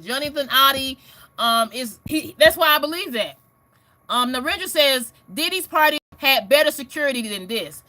They did. Now, with Diddy's parties, like I stated, I hope and pray that Donald Trump is not at any of these parties. Okay? I hope not. Because now it's becoming even more questionable with the nominations that he's putting out there.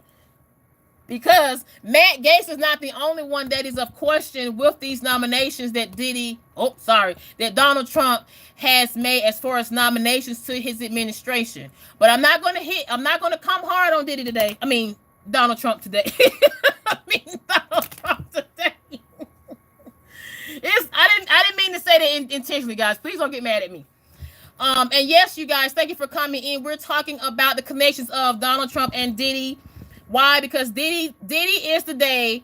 This is the day for Sean Love Combs, aka Puffy, aka Diddy, aka Diddy Do It, Diddy. He will have a hearing today to get a bond. And it will be at 2 p.m. The hearing will start at 2 p.m. Eastern time here, Eastern time in America, in New York. Now, the guy that you're looking at right now is Matt Gaetz. Okay, if you guys watch my live, I think it was 2 lives ago, they compared him to Jack Nicholson. You can figure that out why. Okay, with this particular gentleman, he did step down. He did stepped down, and Donald Trump released a statement in response to Matt Gaetz stepping down, withdrawing himself from Attorney General. I thank God that he stepped down, and shouts out to Mrs. Shamrock in the chat. She did state this.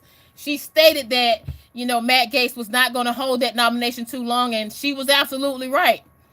Now, who did Donald Trump pick? That's the question. Hi Galaxy says, this info came out forever ago. It even is on the ties, the lies you tell. And thank you so much, you guys, for coming in. I'm going down. I appreciate the love. Mr. Shamrock says, yes, highest. He has another bail hearing today. Yes, Diddy. See, this is what people don't understand, right? Diddy has been trying to get out. Okay? He has been trying to get out of jail, not once, not twice, 3 times. This is going to be his 4th attempt of trying to get out of jail. Okay? And thank you guys for coming in. Shout out to Jay Jocks. Good morning, Jay Jocks.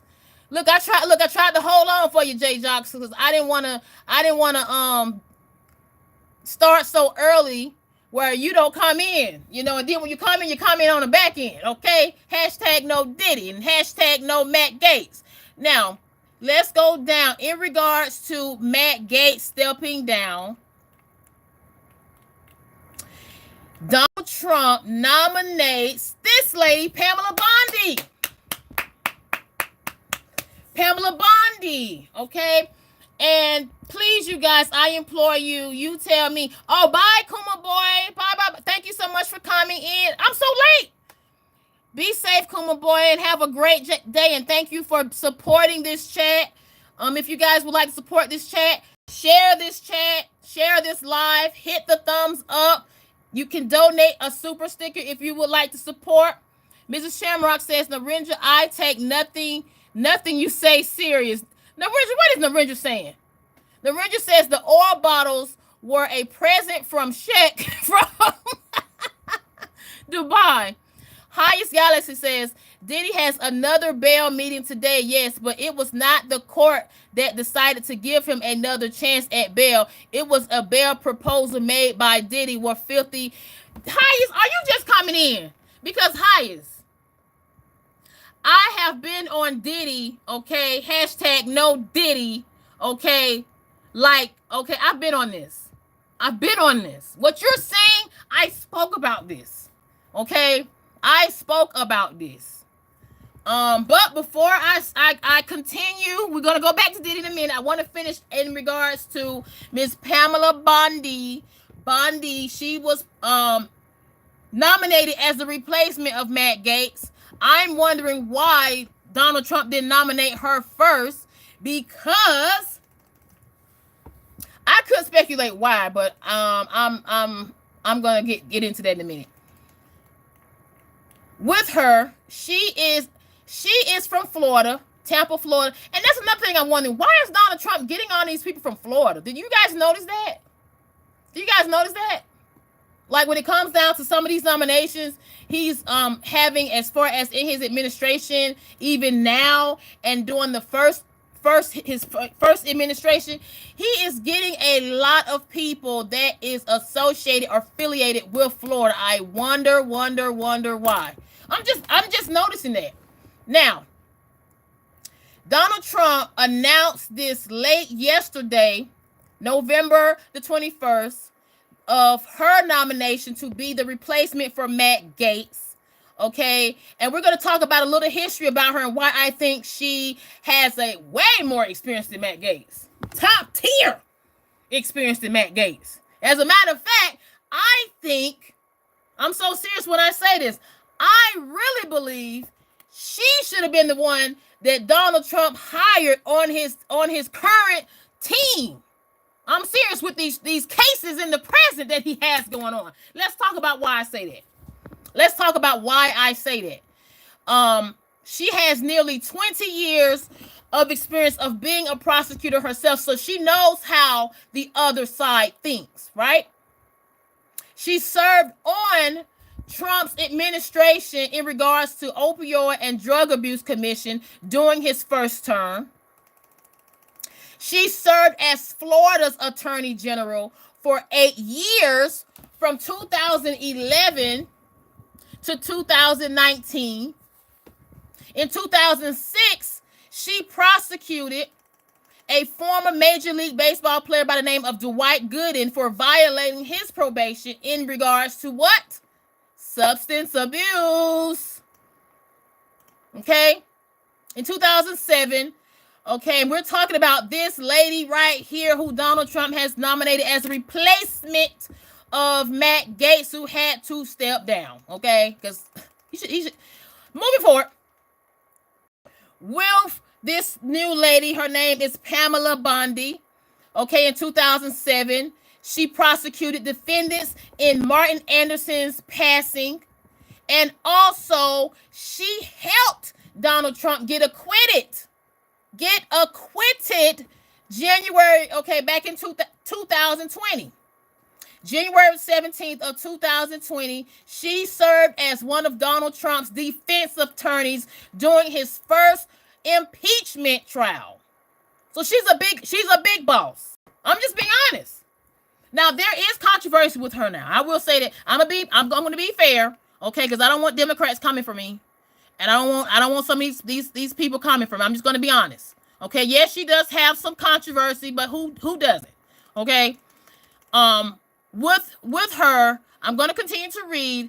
2020, she served as one of his defense attorneys during his first impeachment trial when he was accused of abusing his power by withholding military aid from Ukraine. Now, guess what? What's to come? Watch this. That's why I talk about this. That's why I typed this, and I wanted to talk about this, because what do we have now? What are the odds? What are the odds? Right? Because what wars are going on now? We have the war between Ukraine and Russia right now in the present.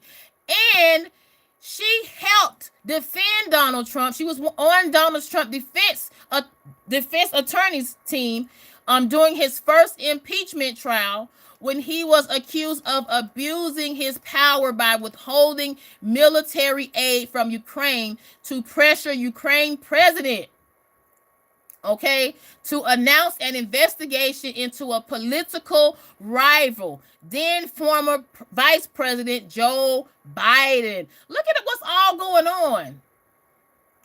Just sit back and look at all of this, right? And then with this investigation, Senate later acquitted Donald Trump. And who helped him? Who helped get Donald Trump acquitted? Pam Bondi, the new replacement nominee for Attorney General that Donald Trump has put in. Okay? Way more experience.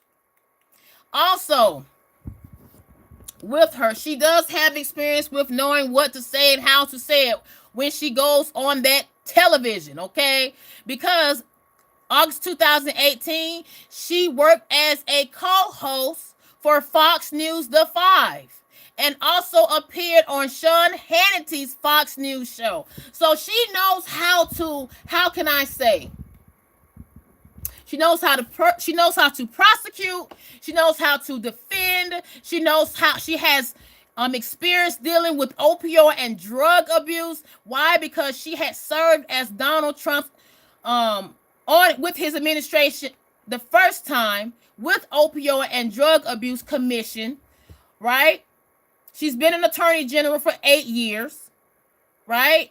So she has that experience. Now, with the controversy, I will say this. Controversy with her is that it is speculation that Donald Trump paid her, I want to say, was it $25,000 when she was running for a position. They're saying that it was controversial in regards to the payments that he sent for her.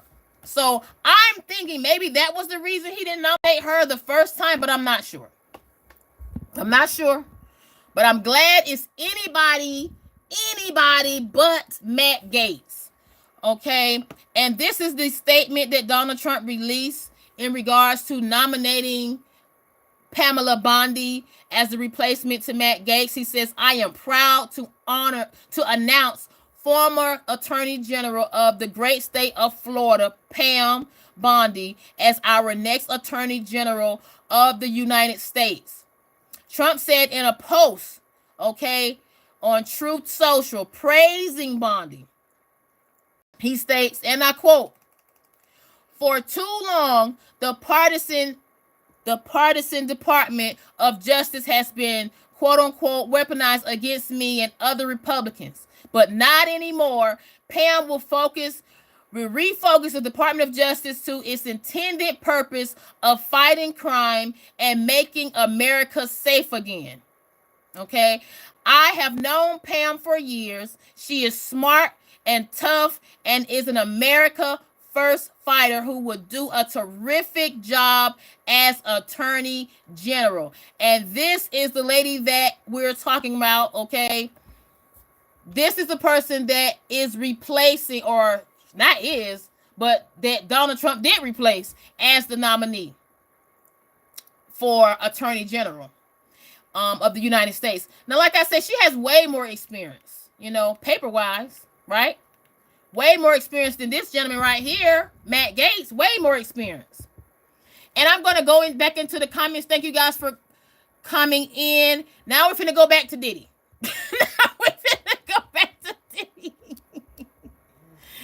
And Junkyard, shouts out to Junkyard. Thank you for coming in.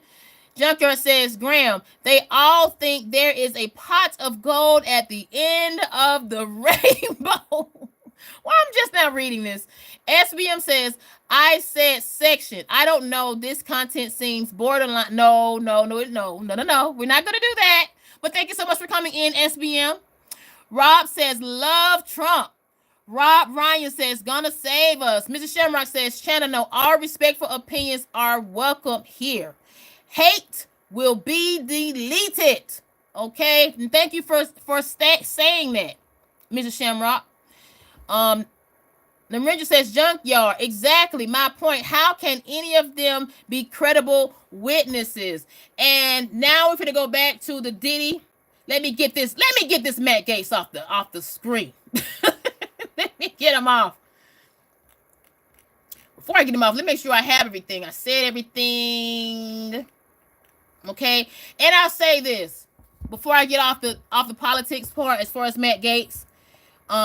I do hope that Pamela Bondi does get the position as far as Attorney General. She has the most experience out of all the people that has been nominated in regards to Donald Trump's cabinet. That's just my personal opinion, because she worked her way from the bottom to the top. I'm just going to be very blunt. Okay, so she does have that experience, and she did serve 8 years as a Florida State Attorney General, right? So I do hope that the Senate, as you know, the Congress, I said that with Congress, they approve of Pamela Bondi being the United States Attorney General. Okay, and we can move forward, right? Let's move forward. Let's not have the hate. Let's just have the support for people to be great in life. Okay, and this is not about a Donald Trump and Diddy. You know, let's just support, unite, and be great. Now, moving back to Diddy. Moving back to Diddy. Okay, in regards to the Diddy episode, the gentleman that I was talking about, Jonathan Oddi. Jonathan Oddi has not been seen, heard, or found. Why? Because they have not given him a trial date yet. And he is the one that caused this mayhem. Okay, and this is his mugshot. He looks very, I don't know. But this gentleman is the one that, made a ruckus at Trump Golf Course in 2018. And Oddi is still in custody in Miami-Dade County on attempted of law enforcement officers, armed burglary, armed grand theft charges. And I'm going to just show a quick little clip of what we're talking about, what Jonathan Oddi did, okay? I want to be very careful, and this is fair use, fair use, fair use. I'm going to go back.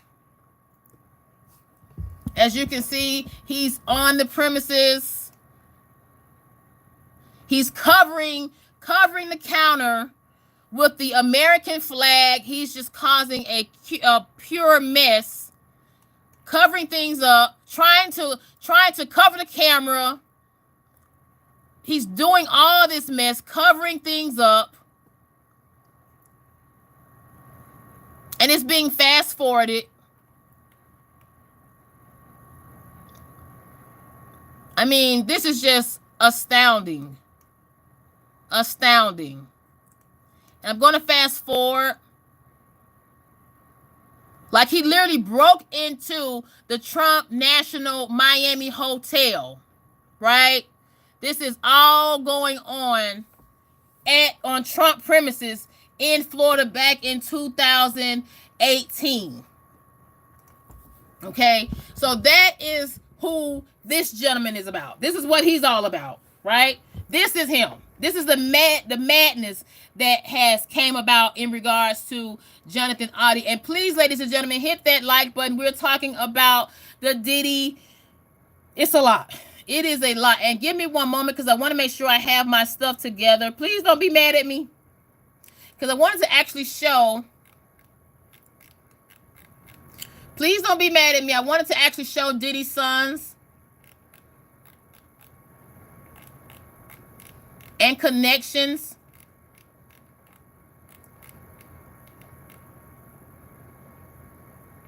Connections, please. Okay, these are Diddy's sons. They are in, two of them are in current civil lawsuits, or one is in a civil lawsuit, and the other one is a witness or a defendant in a civil lawsuit. Okay. Quincy is the only one with clean hands, somewhat clean hands. And this is the one in the middle. Why? Because he doesn't have any quote unquote cases for now that we know of attached for now. Why do I say for now? Because according to the prosecutors in New York, the federal prosecutors, they did raid Diddy's cell. And they did state that Diddy has not been following rules since he's been incarcerated. And they have proof of an email, okay, that's attached to one of his sons.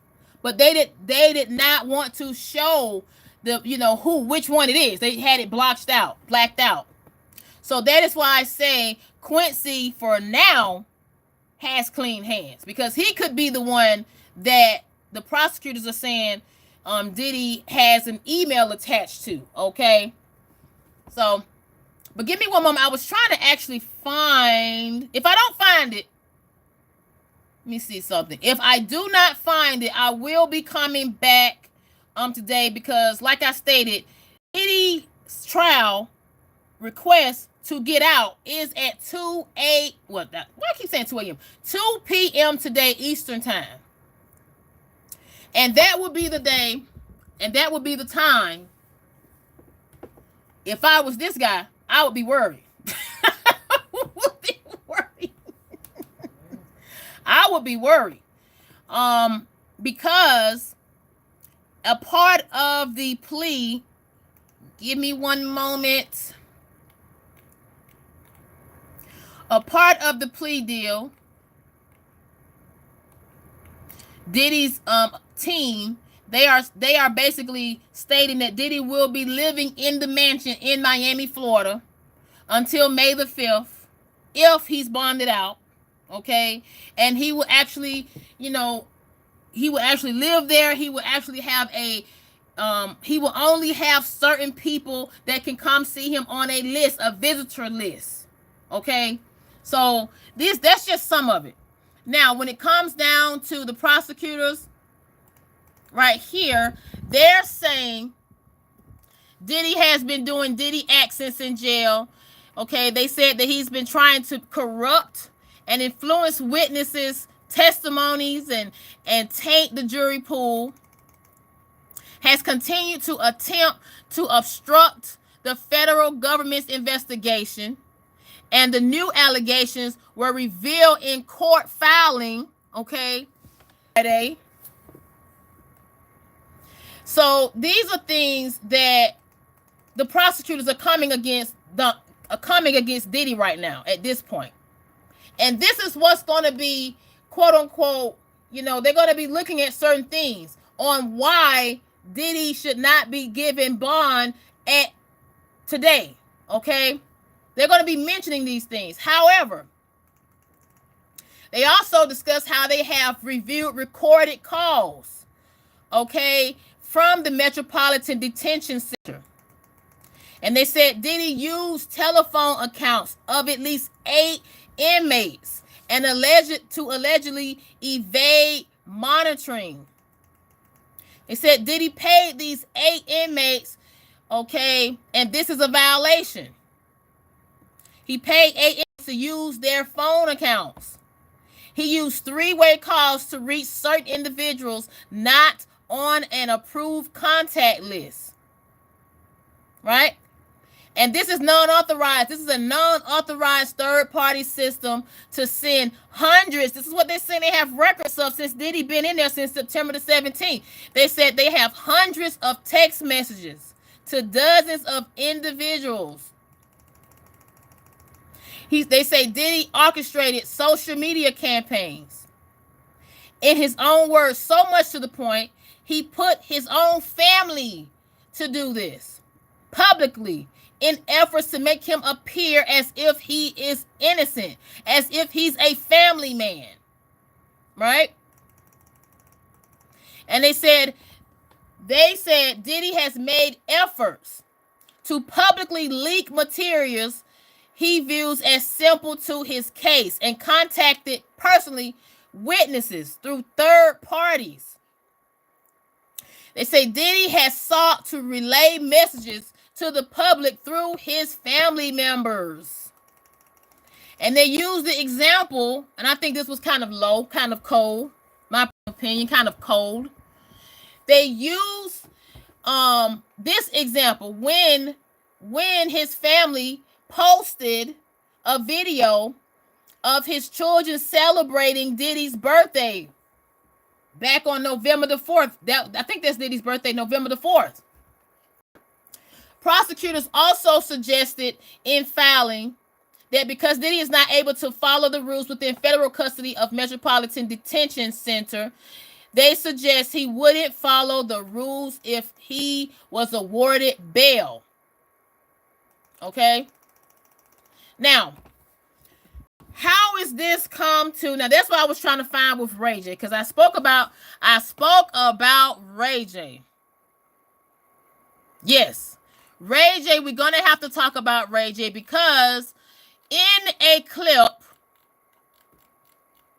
I'm trying to see if I have it in this particular file.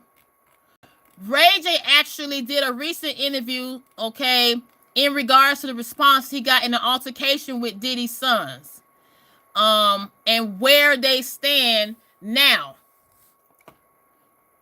And I'm going to actually show the video, not the whole video, but some of the video. But give me one moment. I'm trying to find the actual filing. And thank you guys for coming in. And hello, you guys. Thank you for coming in. Hello, the Herbal Goddess. One moment, you guys. Whoops, one moment. One moment. And yes, we're talking about Diddy. And I'm trying to find the file, but I don't want you guys to see my information. Okay. And give me one moment. I was trying to actually find the filing in regards to Ray J. Trying to see where you are, Ray. And please hit that like button. I'm trying to find it for you guys. Give me one moment. One moment, you guys. Is it here? No. Is it here? Is it here? Let's see. Let's see if it's here.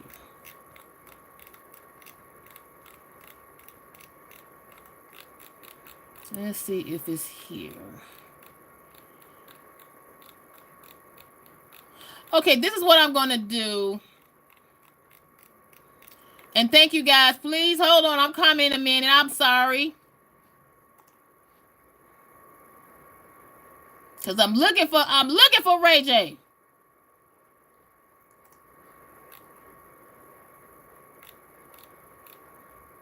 I'm looking for Ray J. One moment, you guys.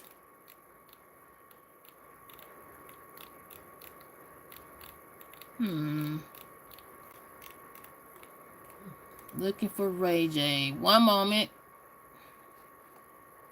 No, it's not there. It's not there. And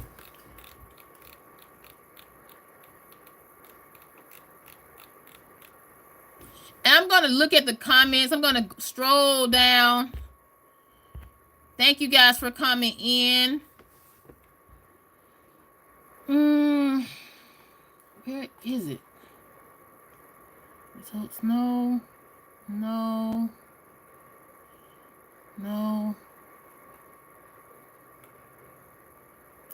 Thank you guys for coming in. I'm trying to actually find it. And give me one moment. I apologize. Dang it. Let's see here. Where are you? Trump. Results. No, let's see if it's this.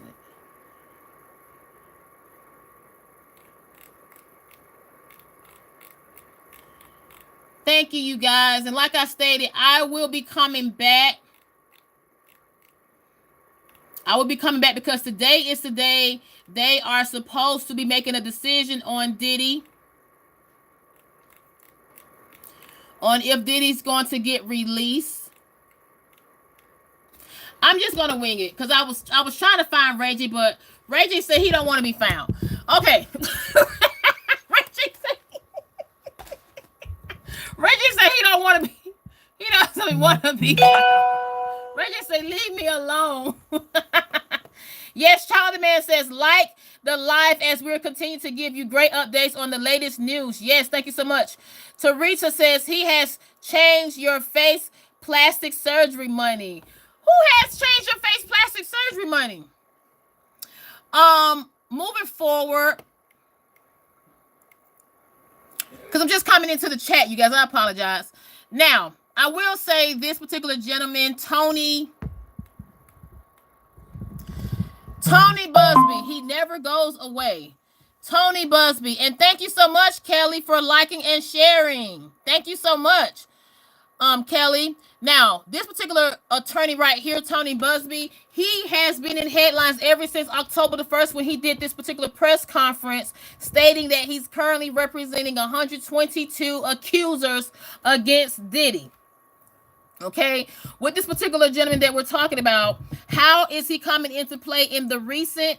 It is so odd that the day he decides to file 5 new lawsuits, okay, of 5 of the 122 accusers, he decides to file it. And good morning, Jennifer. Jennifer, you're just coming in. Big hugs. Big hugs. If I had already talked about, but I'm going to get back to the politics part because you already know what's been going on with Matt Gaetz, okay? But we're going to talk about it, okay? Just for you. I have already spoken about it, but I'm going to talk about it. Child on Demand says, Diddy is not changing his face. And even if he does, that spirit is low vibration. Now, I will say this. When it comes down to Diddy has 5 new lawsuits, and I don't like the way it's being. I don't like the way that the 5 new lawsuits were filed anonymously, okay, this Tuesday. And they wanted to specifically file this lawsuit. I don't know. Look, this is just speculation. This what I'm about to say. Why would you file anonymously 5 new lawsuits against Diddy the same week Diddy is supposed to have a hearing to get bonded out. I think that's a little odd. And I say that because if people know this person I'm talking about, okay, Tony Busby, who's representing these 5 accusers he filed as far as a new lawsuit he filed Tuesday, he did a press conference October the 1st. So my whole thing is why didn't he do it before now? Why did he wait until the week of Diddy trying to have a 4th attempt of getting out of jail? Now, I'm going to do my part, okay, and read to you guys these new lawsuits. And thank you guys for coming in. Kelly says, do you all really think that it's legit hotline? It doesn't shock me, but that's a convenient number. Exactly. Child of the Man says, Diddy's not changing his face. Oh my goodness. What are you guys talking about in here? And thank you guys for coming in. Kelly says, meaning the number of lawsuits. Yes. Kelly says, see, that's what I'm talking about. Yes, that's why I said, I just think it's a little odd, right? I think it's a little odd. Now, the first of the lawsuits I'm going to talk about, because we're going to talk about now somebody is trying to sue Tony Busby. At first, I thought it was Diddy trying to sue him. But it's another person trying to sue him, okay? And they're playing Tony Busby games because the person that's trying to sue Tony wants to remain anonymous as well. Now, with these 5 lawsuits, as you can see, it consists of 3 male accusers as well as 2 females. And they're all requesting for a jury trial. Okay, this move is a part of more than, let me fix this, it's not 120, it's 122 incoming lawsuits against Combs. The 5 cases of these 5 new lawsuits, they go back to, all the way back to 2001. And they occurred in New York and Miami. Now, see, with Tony Busby, he is representing accusers from all over the nation. Okay? He has lawsuits coming up here in Atlanta, Georgia. He has lawsuits coming up from accusers that are from not only New York, not only Florida, but as well as Texas. So I want you guys to understand the level of what's going on. One of the accusers who want to remain anonymous, saying that they currently live in Maryland, and she claimed that she was with her 2 friends, and she had been quote unquote given something that made her lose her control. And she was forced to do a Monica Lewinsky on Diddy. I'll say it that way, okay? She was forced to do something, okay? Oral, okay? Now, she said she struggled with intense emotional pain and emotional health issues, feeling disgusted, depressed, with symptoms of post-traumatic stress. Now, this is just from the first accuser of these 5. The next accuser claims that Diddy Combs, a bodyguard, worked for Diddy, okay? Going back to the security guards, because remember, when I told you that former Playboy model, okay, she mentioned how she felt Diddy security should be held accountable. Now, this is why I think they might try to ask her to be a witness in this case, because look what we have as far as even on a civil matter, right? This male accuser is stating that one of Diddy's security guards put him under some type of influence. I'll say it that way. Deed him. Okay? Put something in his Diet Coke. Okay? And quote unquote, grape, like the fruit grape. Okay, and this happened back on October of 2001. And even with him, he's saying the same thing. He felt emotional, mental. He's had mental health issues ever since. He feels disgusted. He feels deeply depressed. And now we have another male. Another male comes up and says he was actually put under something at an after party. He was put on something at an after party. Oh my goodness, I'm looking at the time. Oh my goodness, I have an appointment. Jesus. Oh my goodness. Hold on, you guys. One moment, you guys. One moment.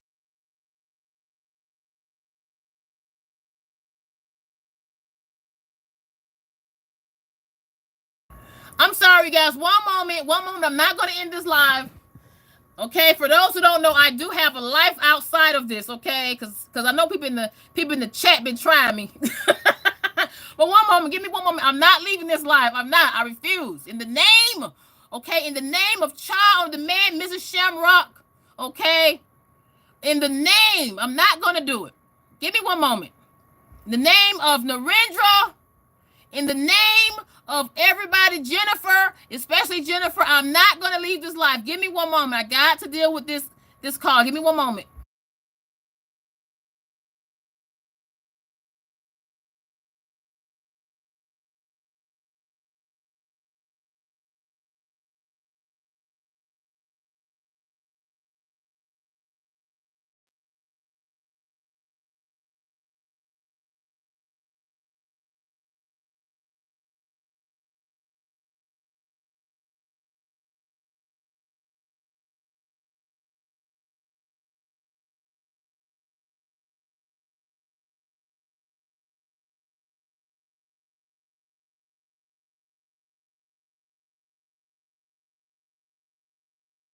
Okay, you guys, I'm sorry about that.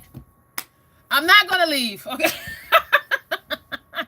Now, thank you for being patient with me. When it comes down to the next person that we're talking about, another male accuser said that he was put on something, okay? I mean, we have a lot of men. That's one thing I noticed about, we're having both men and women coming. But see, this is the question that I'm wondering, and I'm going to say this. I'm going to try to make it in 30 more minutes. I will say this, because I definitely want to come back. I'm definitely going to do another live with this one. We're not going nowhere. But when it comes down to these accusers, my question is this: why have they not said anything? And I will show a clip of one gentleman. His name is DeWeet. We'll talk about him the next live. But he said it best. Why have not people said anything? People need to say something. This is your time to stand up, especially so-called celebrities.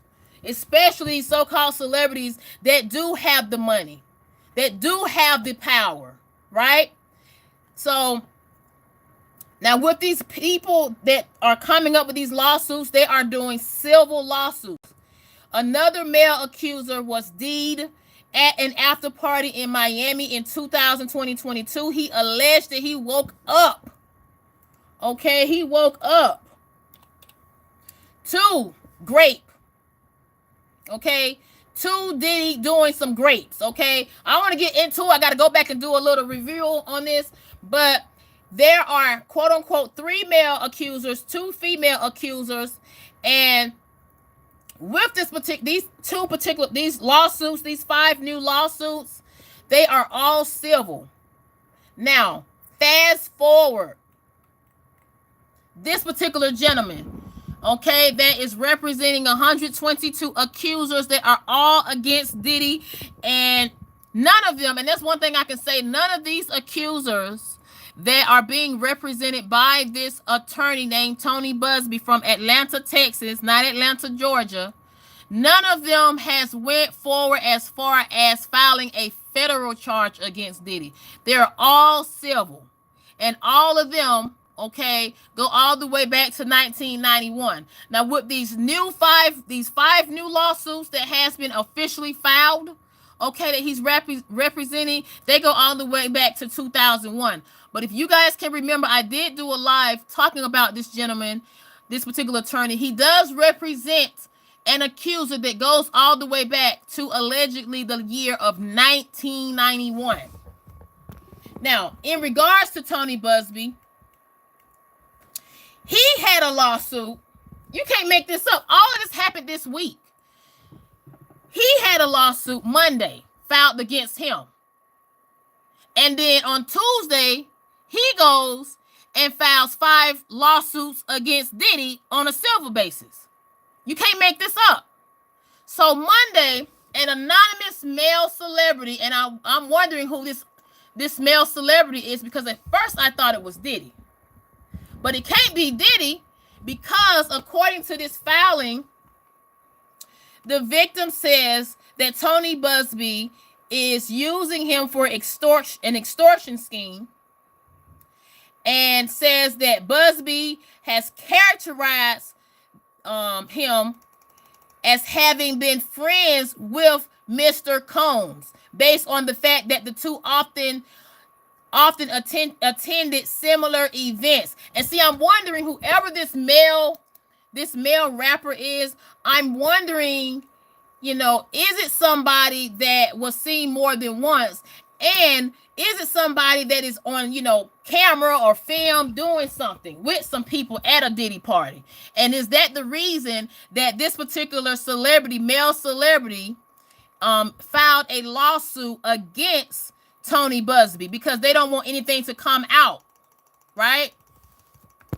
Now, this particular male celebrity accuses Tony Busby and Tony Busby's firm of shamelessly attempting to extort sums from him, or else publicly file wildly false, horrific allegations against him.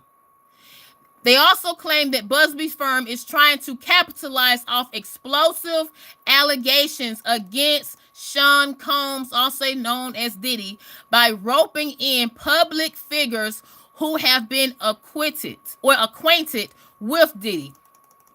He also claims that Busby sent a demand letter earlier this month of November, which his firm threatened to unleash entirely fabricated, salacious allegations of SA.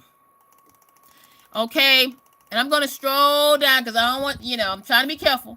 This John Doe's lawsuit, this is a male celebrity, okay, he don't want to say his name, okay, states that he is filing anonymously to avoid irreparable harm to his reputation.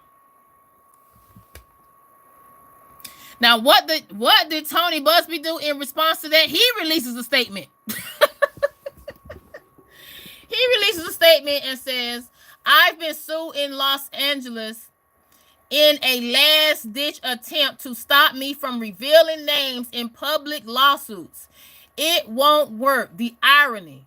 The suit against me was filed by a powerful," he said this, "by a powerful John Doe. I wonder who it is, you guys."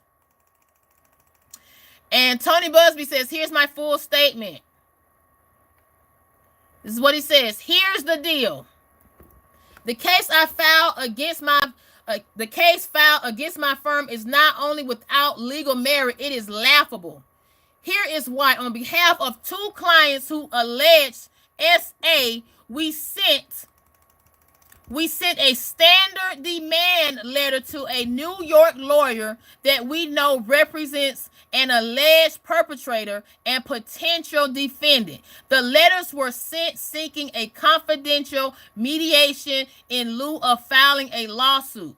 No amount of money was included in the demand letters. No threats were made. The demand letters sent are different than the ones routinely sent by lawyers across the country in all types of cases.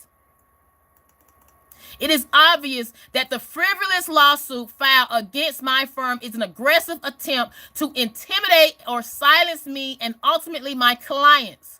That effort is a gross Miscalculation. I am a U.S. Marine. I won't be silenced or intimidated. Neither will my clients, since our professional efforts at resolution obviously have failed. We will instead disclose the demand letters we sent at the time we filed. Abuse of the legal system unfortunately runs rampant. The lawsuit filed against my firm is prime example of that. Sunlight is the best disinfectant. I have confidence that with full public disclosure, all of this will sort itself out. Signed, Tony Busby. And I want people to understand, okay, all this came out this week. All of these lawsuits. And see, this is why Ray J, if I can pull it up, this is why Ray J, give me one moment. I want to be very careful because I notated the time I wanted you guys to see in this interview that Ray J did recently. Okay, where he spoke about how everything is getting out of control. He did an interview recently, and he spoke about how he has spoken to Diddy's sons, okay, and keep things on a positive note because these lawsuits, this matter is getting out of control. And this is Diddy, not Diddy, this is Ray J. Okay, he recently did an interview, and I'm going to go to the specific parts that I wanted you guys to see, and thank you guys for coming in.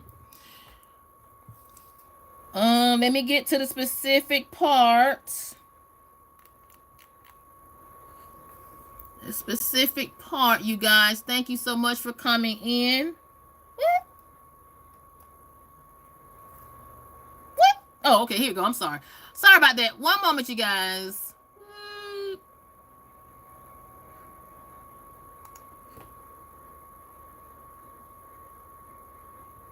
Went another route. So in that situation, the best plan, right? I've seen it different ways, whether it's from the underground scene or from the about the alleged altercation with you and Diddy's sons and your drive and your belief that somebody took a shot at you. Do you believe those are related? And did they change your disposition towards talking about this situation? Well, when you live in LA, you know, I think a lot of things are controlled in a lot of different ways, whether it's from the underground scene or from the political scene.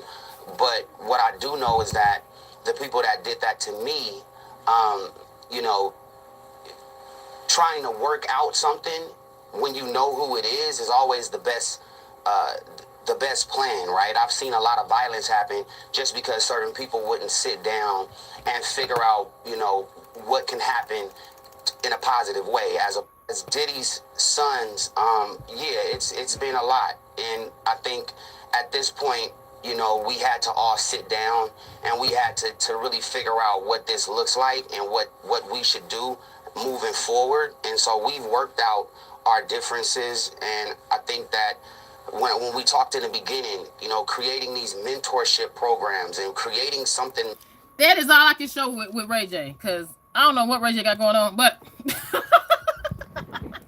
because Ray J wasn't sounding nothing like this before, okay? Ray J was not sounding nothing like this before, and I do have the whole link in. This was fair use. I have the whole link in the description box for you guys to see the full interview that Ray J recently gave in regards to his. This was the most civil interview that I've seen Ray J. Clear-minded, clear-headed.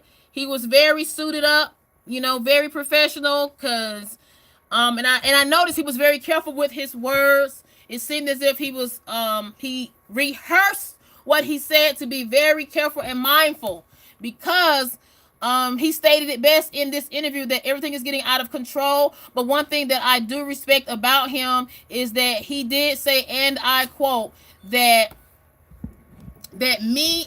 him and Diddy's sons, they are, you know, cool right now. You know, like, you know, this is much respect. So that is where we are with quote unquote Ray J. Now let me go back into the comments because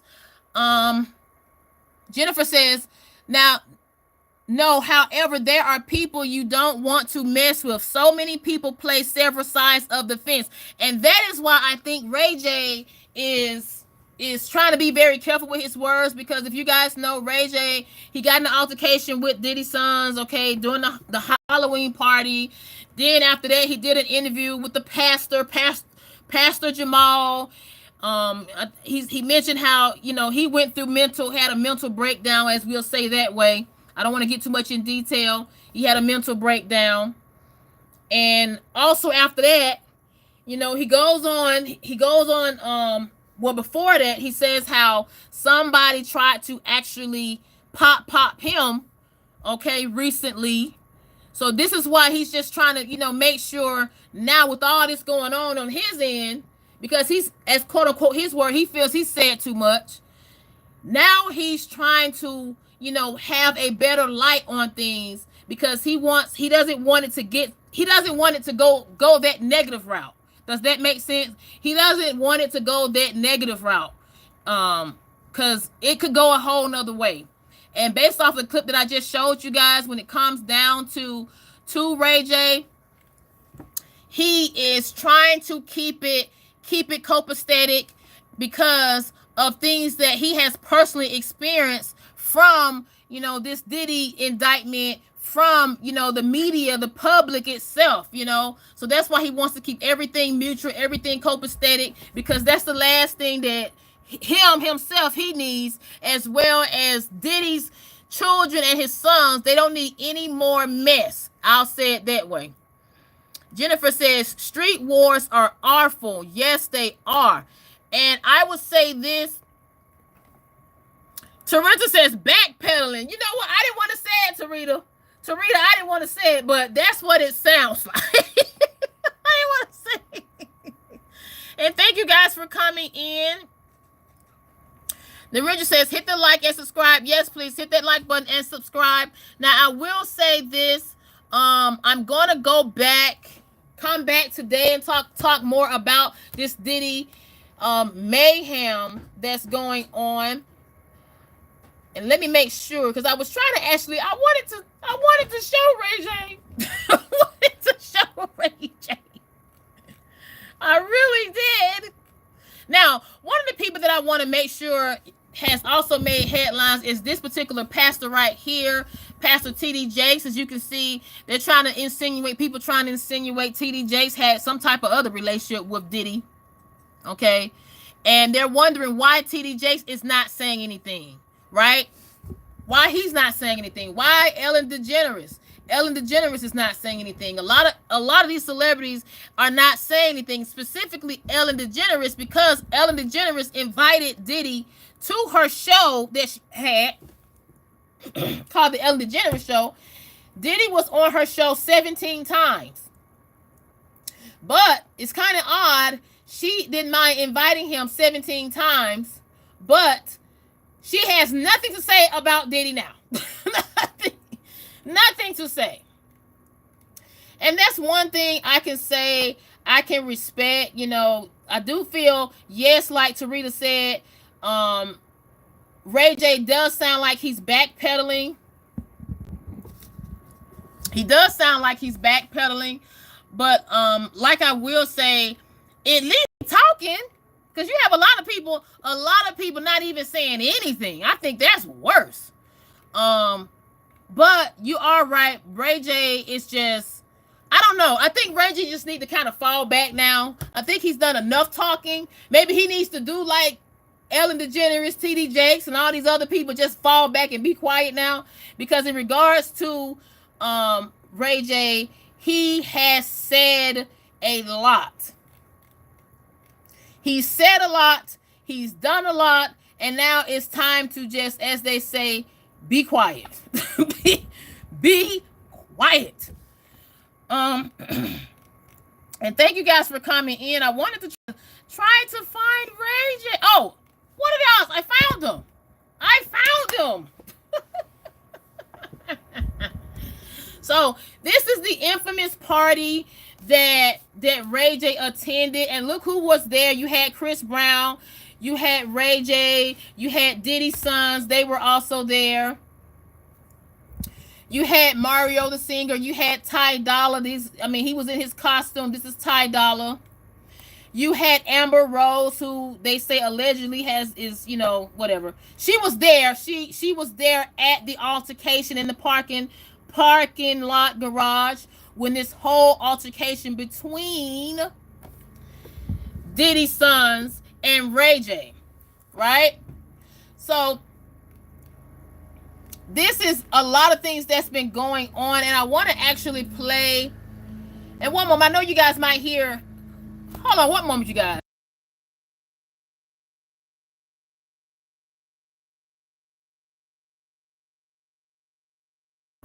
Sorry about that. Now, when it comes down to Diddy's sons, I think they also need to kind of relax as well. Why? Because the prosecutors in this federal case in New York, look what they did. They are using this against anything that they do or say at this point. This is what I really honestly feel. Anything that the sons do or anybody that's connected to Diddy, anything that they do publicly, it seems as if they're trying to use it against them and use it against them to be evidence in this Diddy indictment. Okay, so this is what I think is going on at this particular point, and this is why I think Diddy's sons need to kind of just fall back and be quiet and not do anything out of character. And I'm reading the comments. Thank you guys for coming in. Child on Demand says, we heard about Ellen, but I definitely want to know how she played a part in this. Little Sprinkles, thank you, Sprinkle. Sprinkle says, please hit that like button. Now, with Ellen DeGeneres, I will say this. Now, it's been alleged, okay? And that's why I wanted to talk about Ellen. I'll talk about her some more, but I will say this with Ellen DeGeneres. I'm wondering, because Ellen, guess what she has done? Okay, Ellen DeGeneres. She has moved. Her and her wife, they have, quote unquote, allegedly officially left the U.S. They have moved. They have left. And just think about all this. How come Ellen DeGeneres has officially left America, right?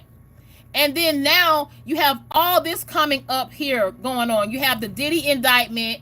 Then you have, kind of insinuate the reason Ellen DeGeneres and her wife moved was because of Donald Trump becoming the 47th president. But I just think it's kind of odd. Now they want to move with all this, these Diddy allegations, right? This huge Diddy federal indictment. Because I want people to understand, when it comes down to this, and this is why Diddy is, quote unquote, trying to, fight, in the law, legally fight, not physically fight anybody.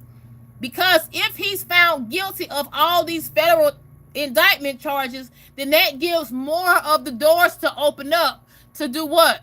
Hold other people accountable or who might be connected with Diddy's name. And like I stated, with Ellen DeGeneres, she is one person that, she invited Diddy on her show 17 times. In addition, she attended events, right? She attended events where she took pictures, with Diddy and all this mess. So it's just kind of odd. Now she wants to leave America. Completely move from America. Leave America altogether. That's what her and her wife allegedly, supposedly have recently done. And let me go down. Let me go back down. I'm not going to talk about it. I'll talk about him the next live, because I'm going to do another live today, because like I stated, in regards to all these actors, artists, you have Snoop Dogg. Snoop Dogg is being mentioned, allegedly. Neo, Justin Bieber, Usher. I'm calling names out. These are the people allegedly, okay, and I'll be sure, allegedly, that were mentioned by this gentleman here. Okay. And he is another witness that will be dealing with the trial May the 5th, that the prosecutors are going to have to be a witness for them against Diddy. His name is Courtney Burgess. Okay. So we're going to talk about him in the next live. We're going to talk about some things.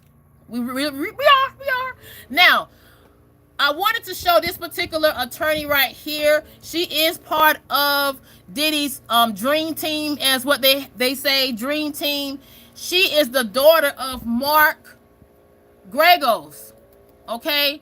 She's the daughter. Now, remember who spoke about this gentleman right here? It was this guy. It was this guy that I just showed you.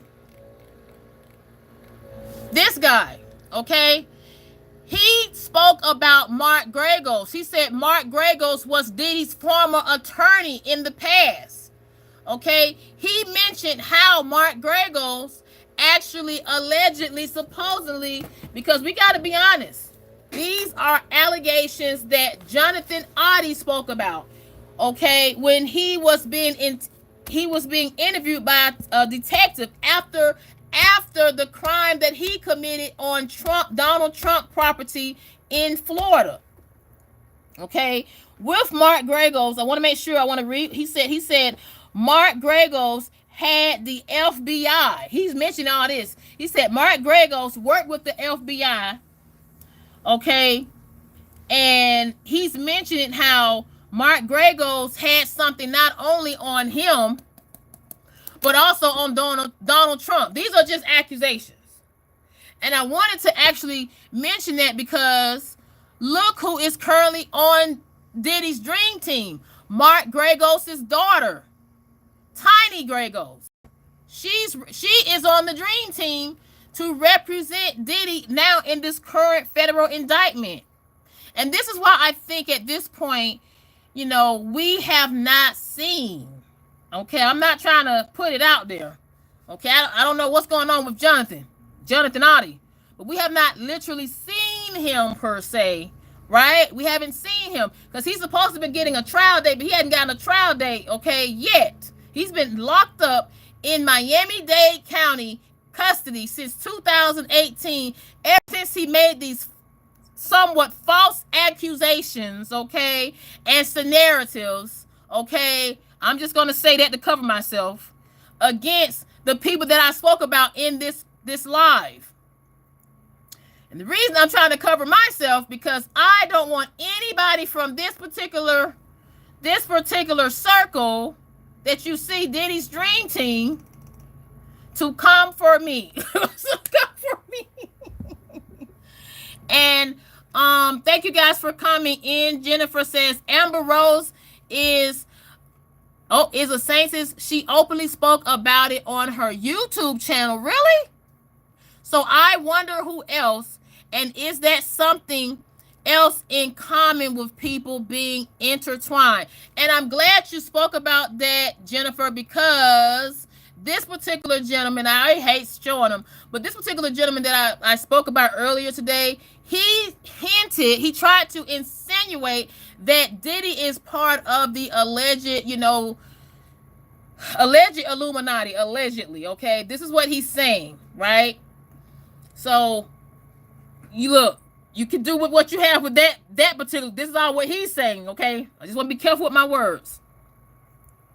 Ned says, it's the Hollywood underworld.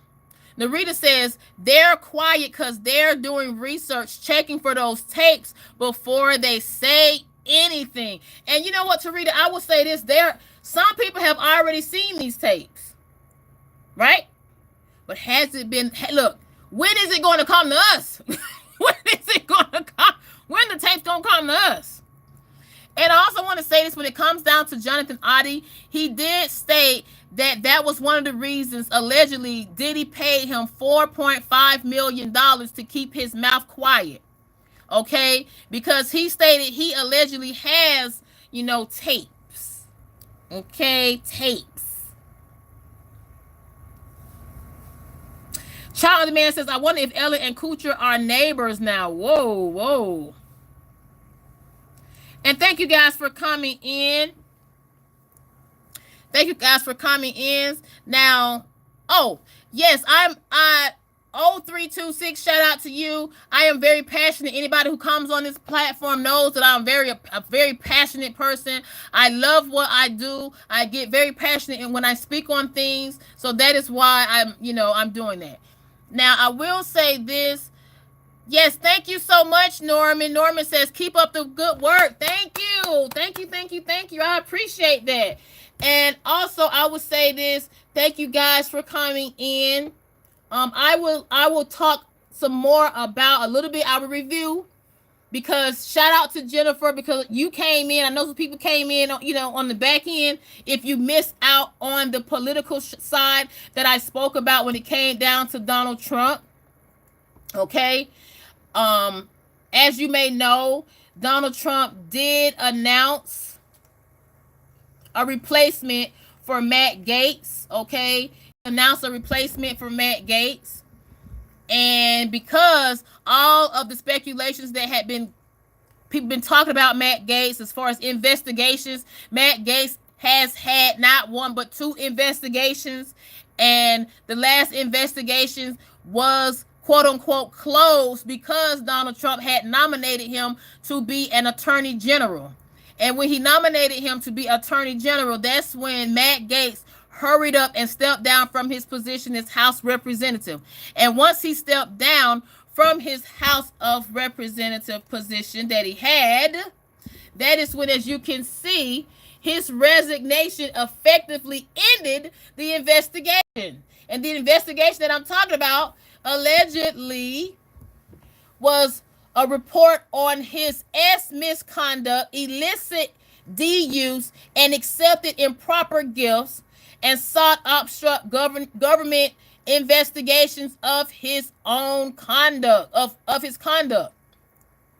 And I also discussed how he was connected, okay, to this former tax collector in the first investigation that took place, so much that Joel Greenberg ended up being indicted himself of 33 criminal accounts, okay?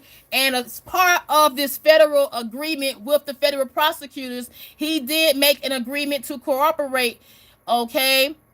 And as far as this investigation on his end, Joel Greenberg, and how they connected Joel Greenberg to Matt Gaetz, I'm just, doing a review, okay? They stated how both Matt Gaetz and Joel Greenberg, who was the tax collector in Florida, said, and I quote, they said that according to New York Times, they reviewed receipts from Cash App, Apple Pay, that showed money was sent to one of the women by Gaetz and Greenberg from the years of 2019 and 2020. And also, as far as this is just the first investigation, okay, that was connected to Joel Greenberg with Matt Gaetz. They said that both Matt and Joel, they would meet up with these women at hotels and other locations in Florida. And Gaetz has denied everything. He said these are all false accusations and allegations.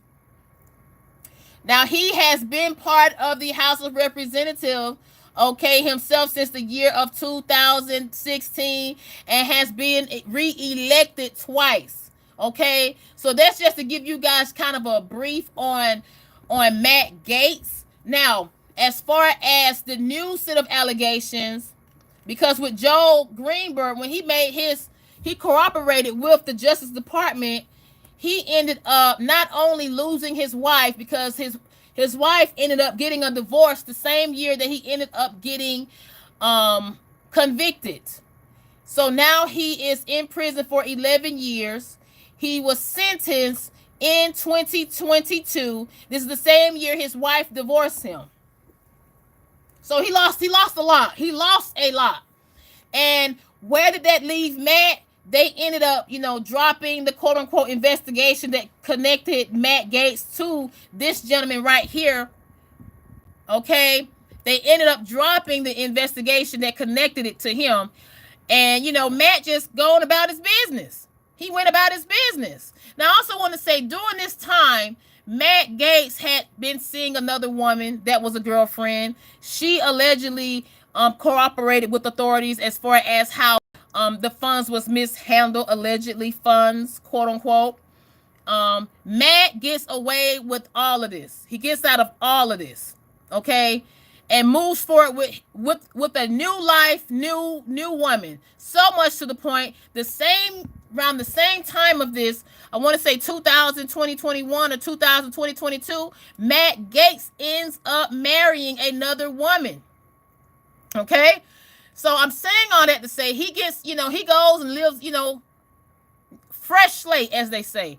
Fresh slate. So next, what happens? Okay, he has another investigation, and this investigation is what comes about in the present, but it ends up getting closed because he gets nominated as Attorney General and he resigns from his House of Representative position. And when all this comes about, that's when this get leaks out, according to ABC News, checks that he sent to women that connected him with them, as well as payments that insinuated that he paid for S, as they say, okay, S. And as you can see, this is what the Ethics Committee had, okay, as records that Matt Gaetz did not want to be released, right? And as you can see, this is actual payments from Venmo where he sent to women. Okay, as you can see, he paid one woman $300 for car detail. He paid another as a gift for $200. And all these payments totaled up to be going to go down $10,000, $224.02 between these two women that were witnesses. Okay, over the age of 18. Now, because it started to get hot, the attention started to not look good on Mr. 47th president, soon to be 47th president, Donald Trump. It did not look good. Okay, Donald Trump's team had to release a statement stating that the Justice Department received access to roughly every financial transaction Matt Gaetz ever undertook, and came to the conclusion that he committed no crime. These leaks are meant to undermine the mandate from the people to reform the Justice Department.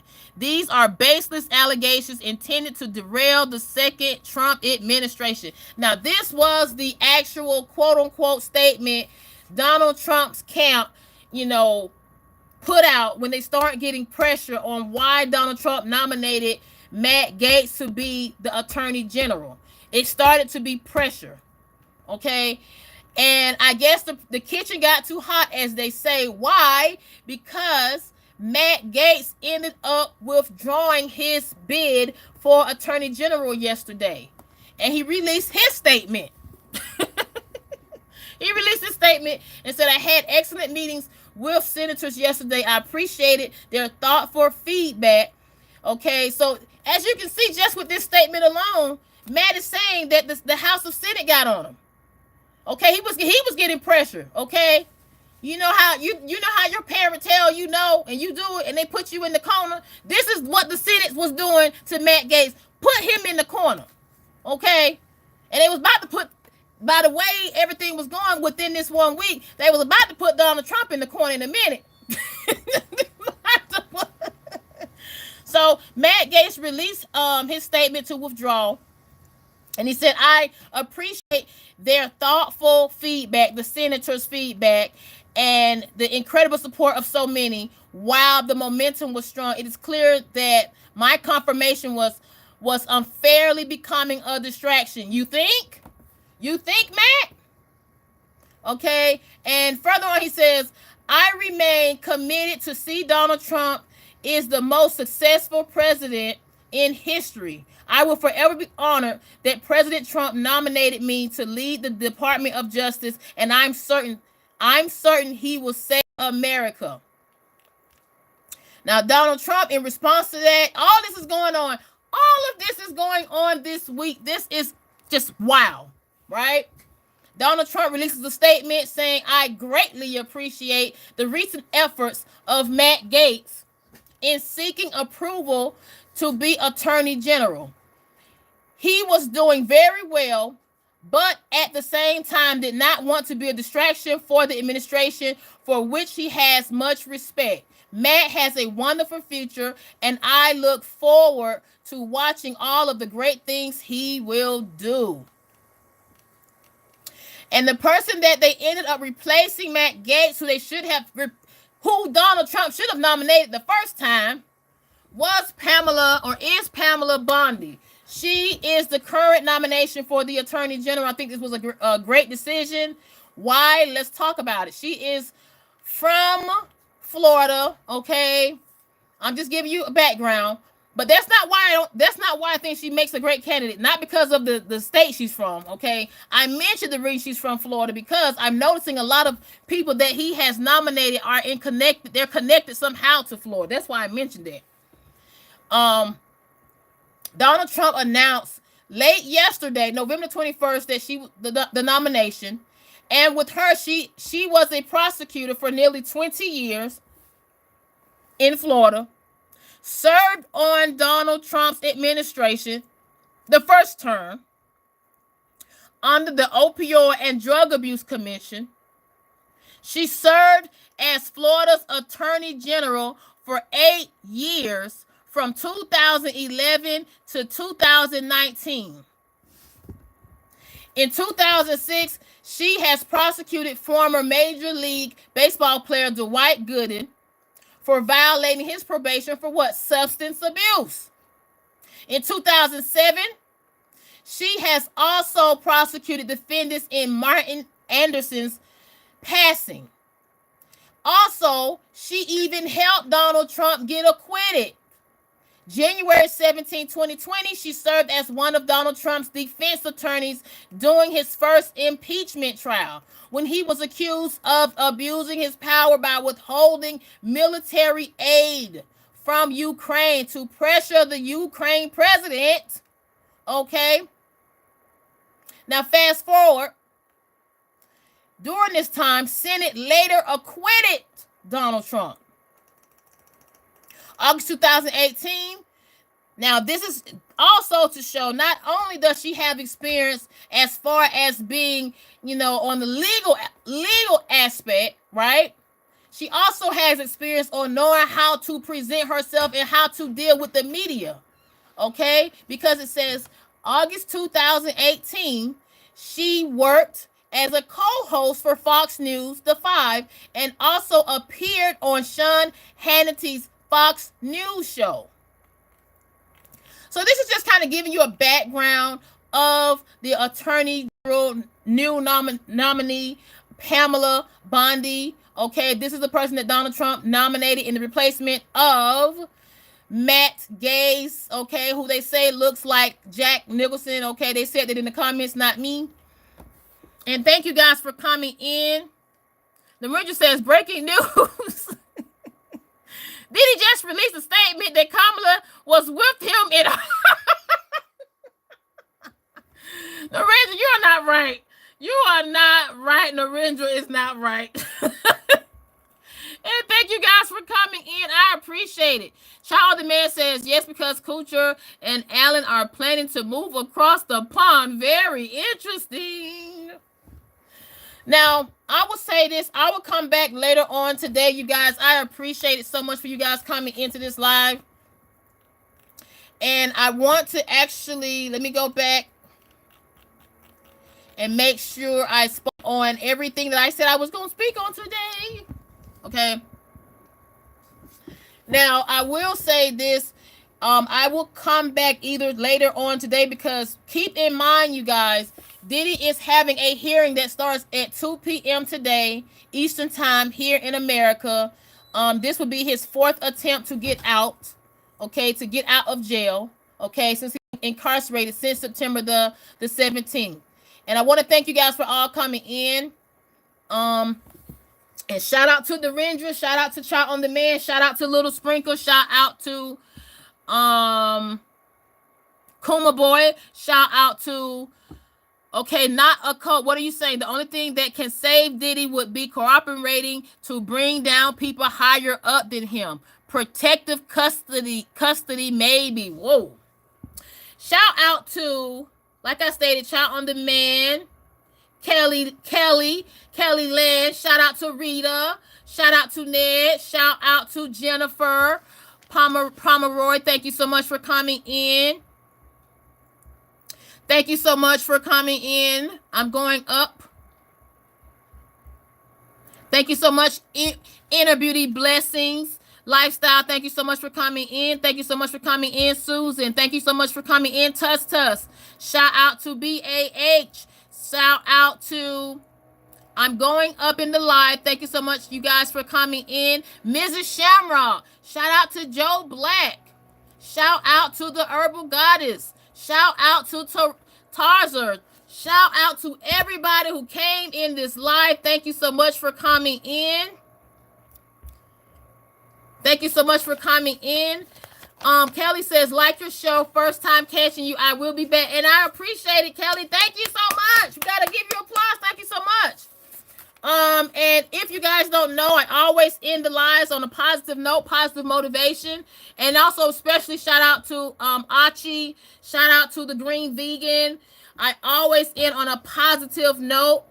Okay, because we need that positive lift me up to start our day, as also that positive lift me up to, you know, to support each other and support those that are around us in this world we call life. The first thing I always say, eliminate the if and focus on the present. Second thing, focus on self and not on others. Third thing, always tell yourself, I will learn something new and every day. Fourth, always tell yourself, I will not get upset at what I don't have control of. And fourth, always advocate for yourself and speak up, because if you don't speak up, who else will? Kelly Rowland says, no problem. Absolutely love supporting women. Yes. Angel says, you welcome. Yes. Thank you so much for coming in. And also, please, after this live, I implore you, if you would like to support, please replay this live. Yes, content creators do get support when you replay the live. And also, hit that like button. Put comments. Tell me what you think. Do you think Diddy will get out? Do you think there will be more people prosecuted and associated? Okay, because according to, like I stated, with the witnesses that I mentioned, okay, that I showed, and I want to make sure I show her again. Want to make sure I show her again. This lady right here, okay, she did say Diddy is not the only one. Okay, you do have other people that have these quote unquote parties, okay? And people don't say anything because they are fearful. All right, they are scared because of so much power these key people have, okay? And the person that I'm showing you, her name is Precious Muir. Okay, so thank you guys for coming in, and I appreciate it. Please, like I said, share, subscribe, like this video, replay this live, okay? And last but not least, if you want to even support more, you can donate or send a super chat if you wish. And yes, Charlie the Man says to the moms, we are family and God bless. Yes, God bless. And yes, shout out to you, Tarita. Thank you for coming in. The Ranger says, thank you guys for your support. And remember that you were taught in school free. Ah, the Ranger, I'm not going to read that. Kelly Land says, amen. And on that note, always have a peace of mind and always stay in peace. This is Politic Greg. Oh, I might come back today, you guys. I might. If I don't, it'll be sometime this weekend. Bye.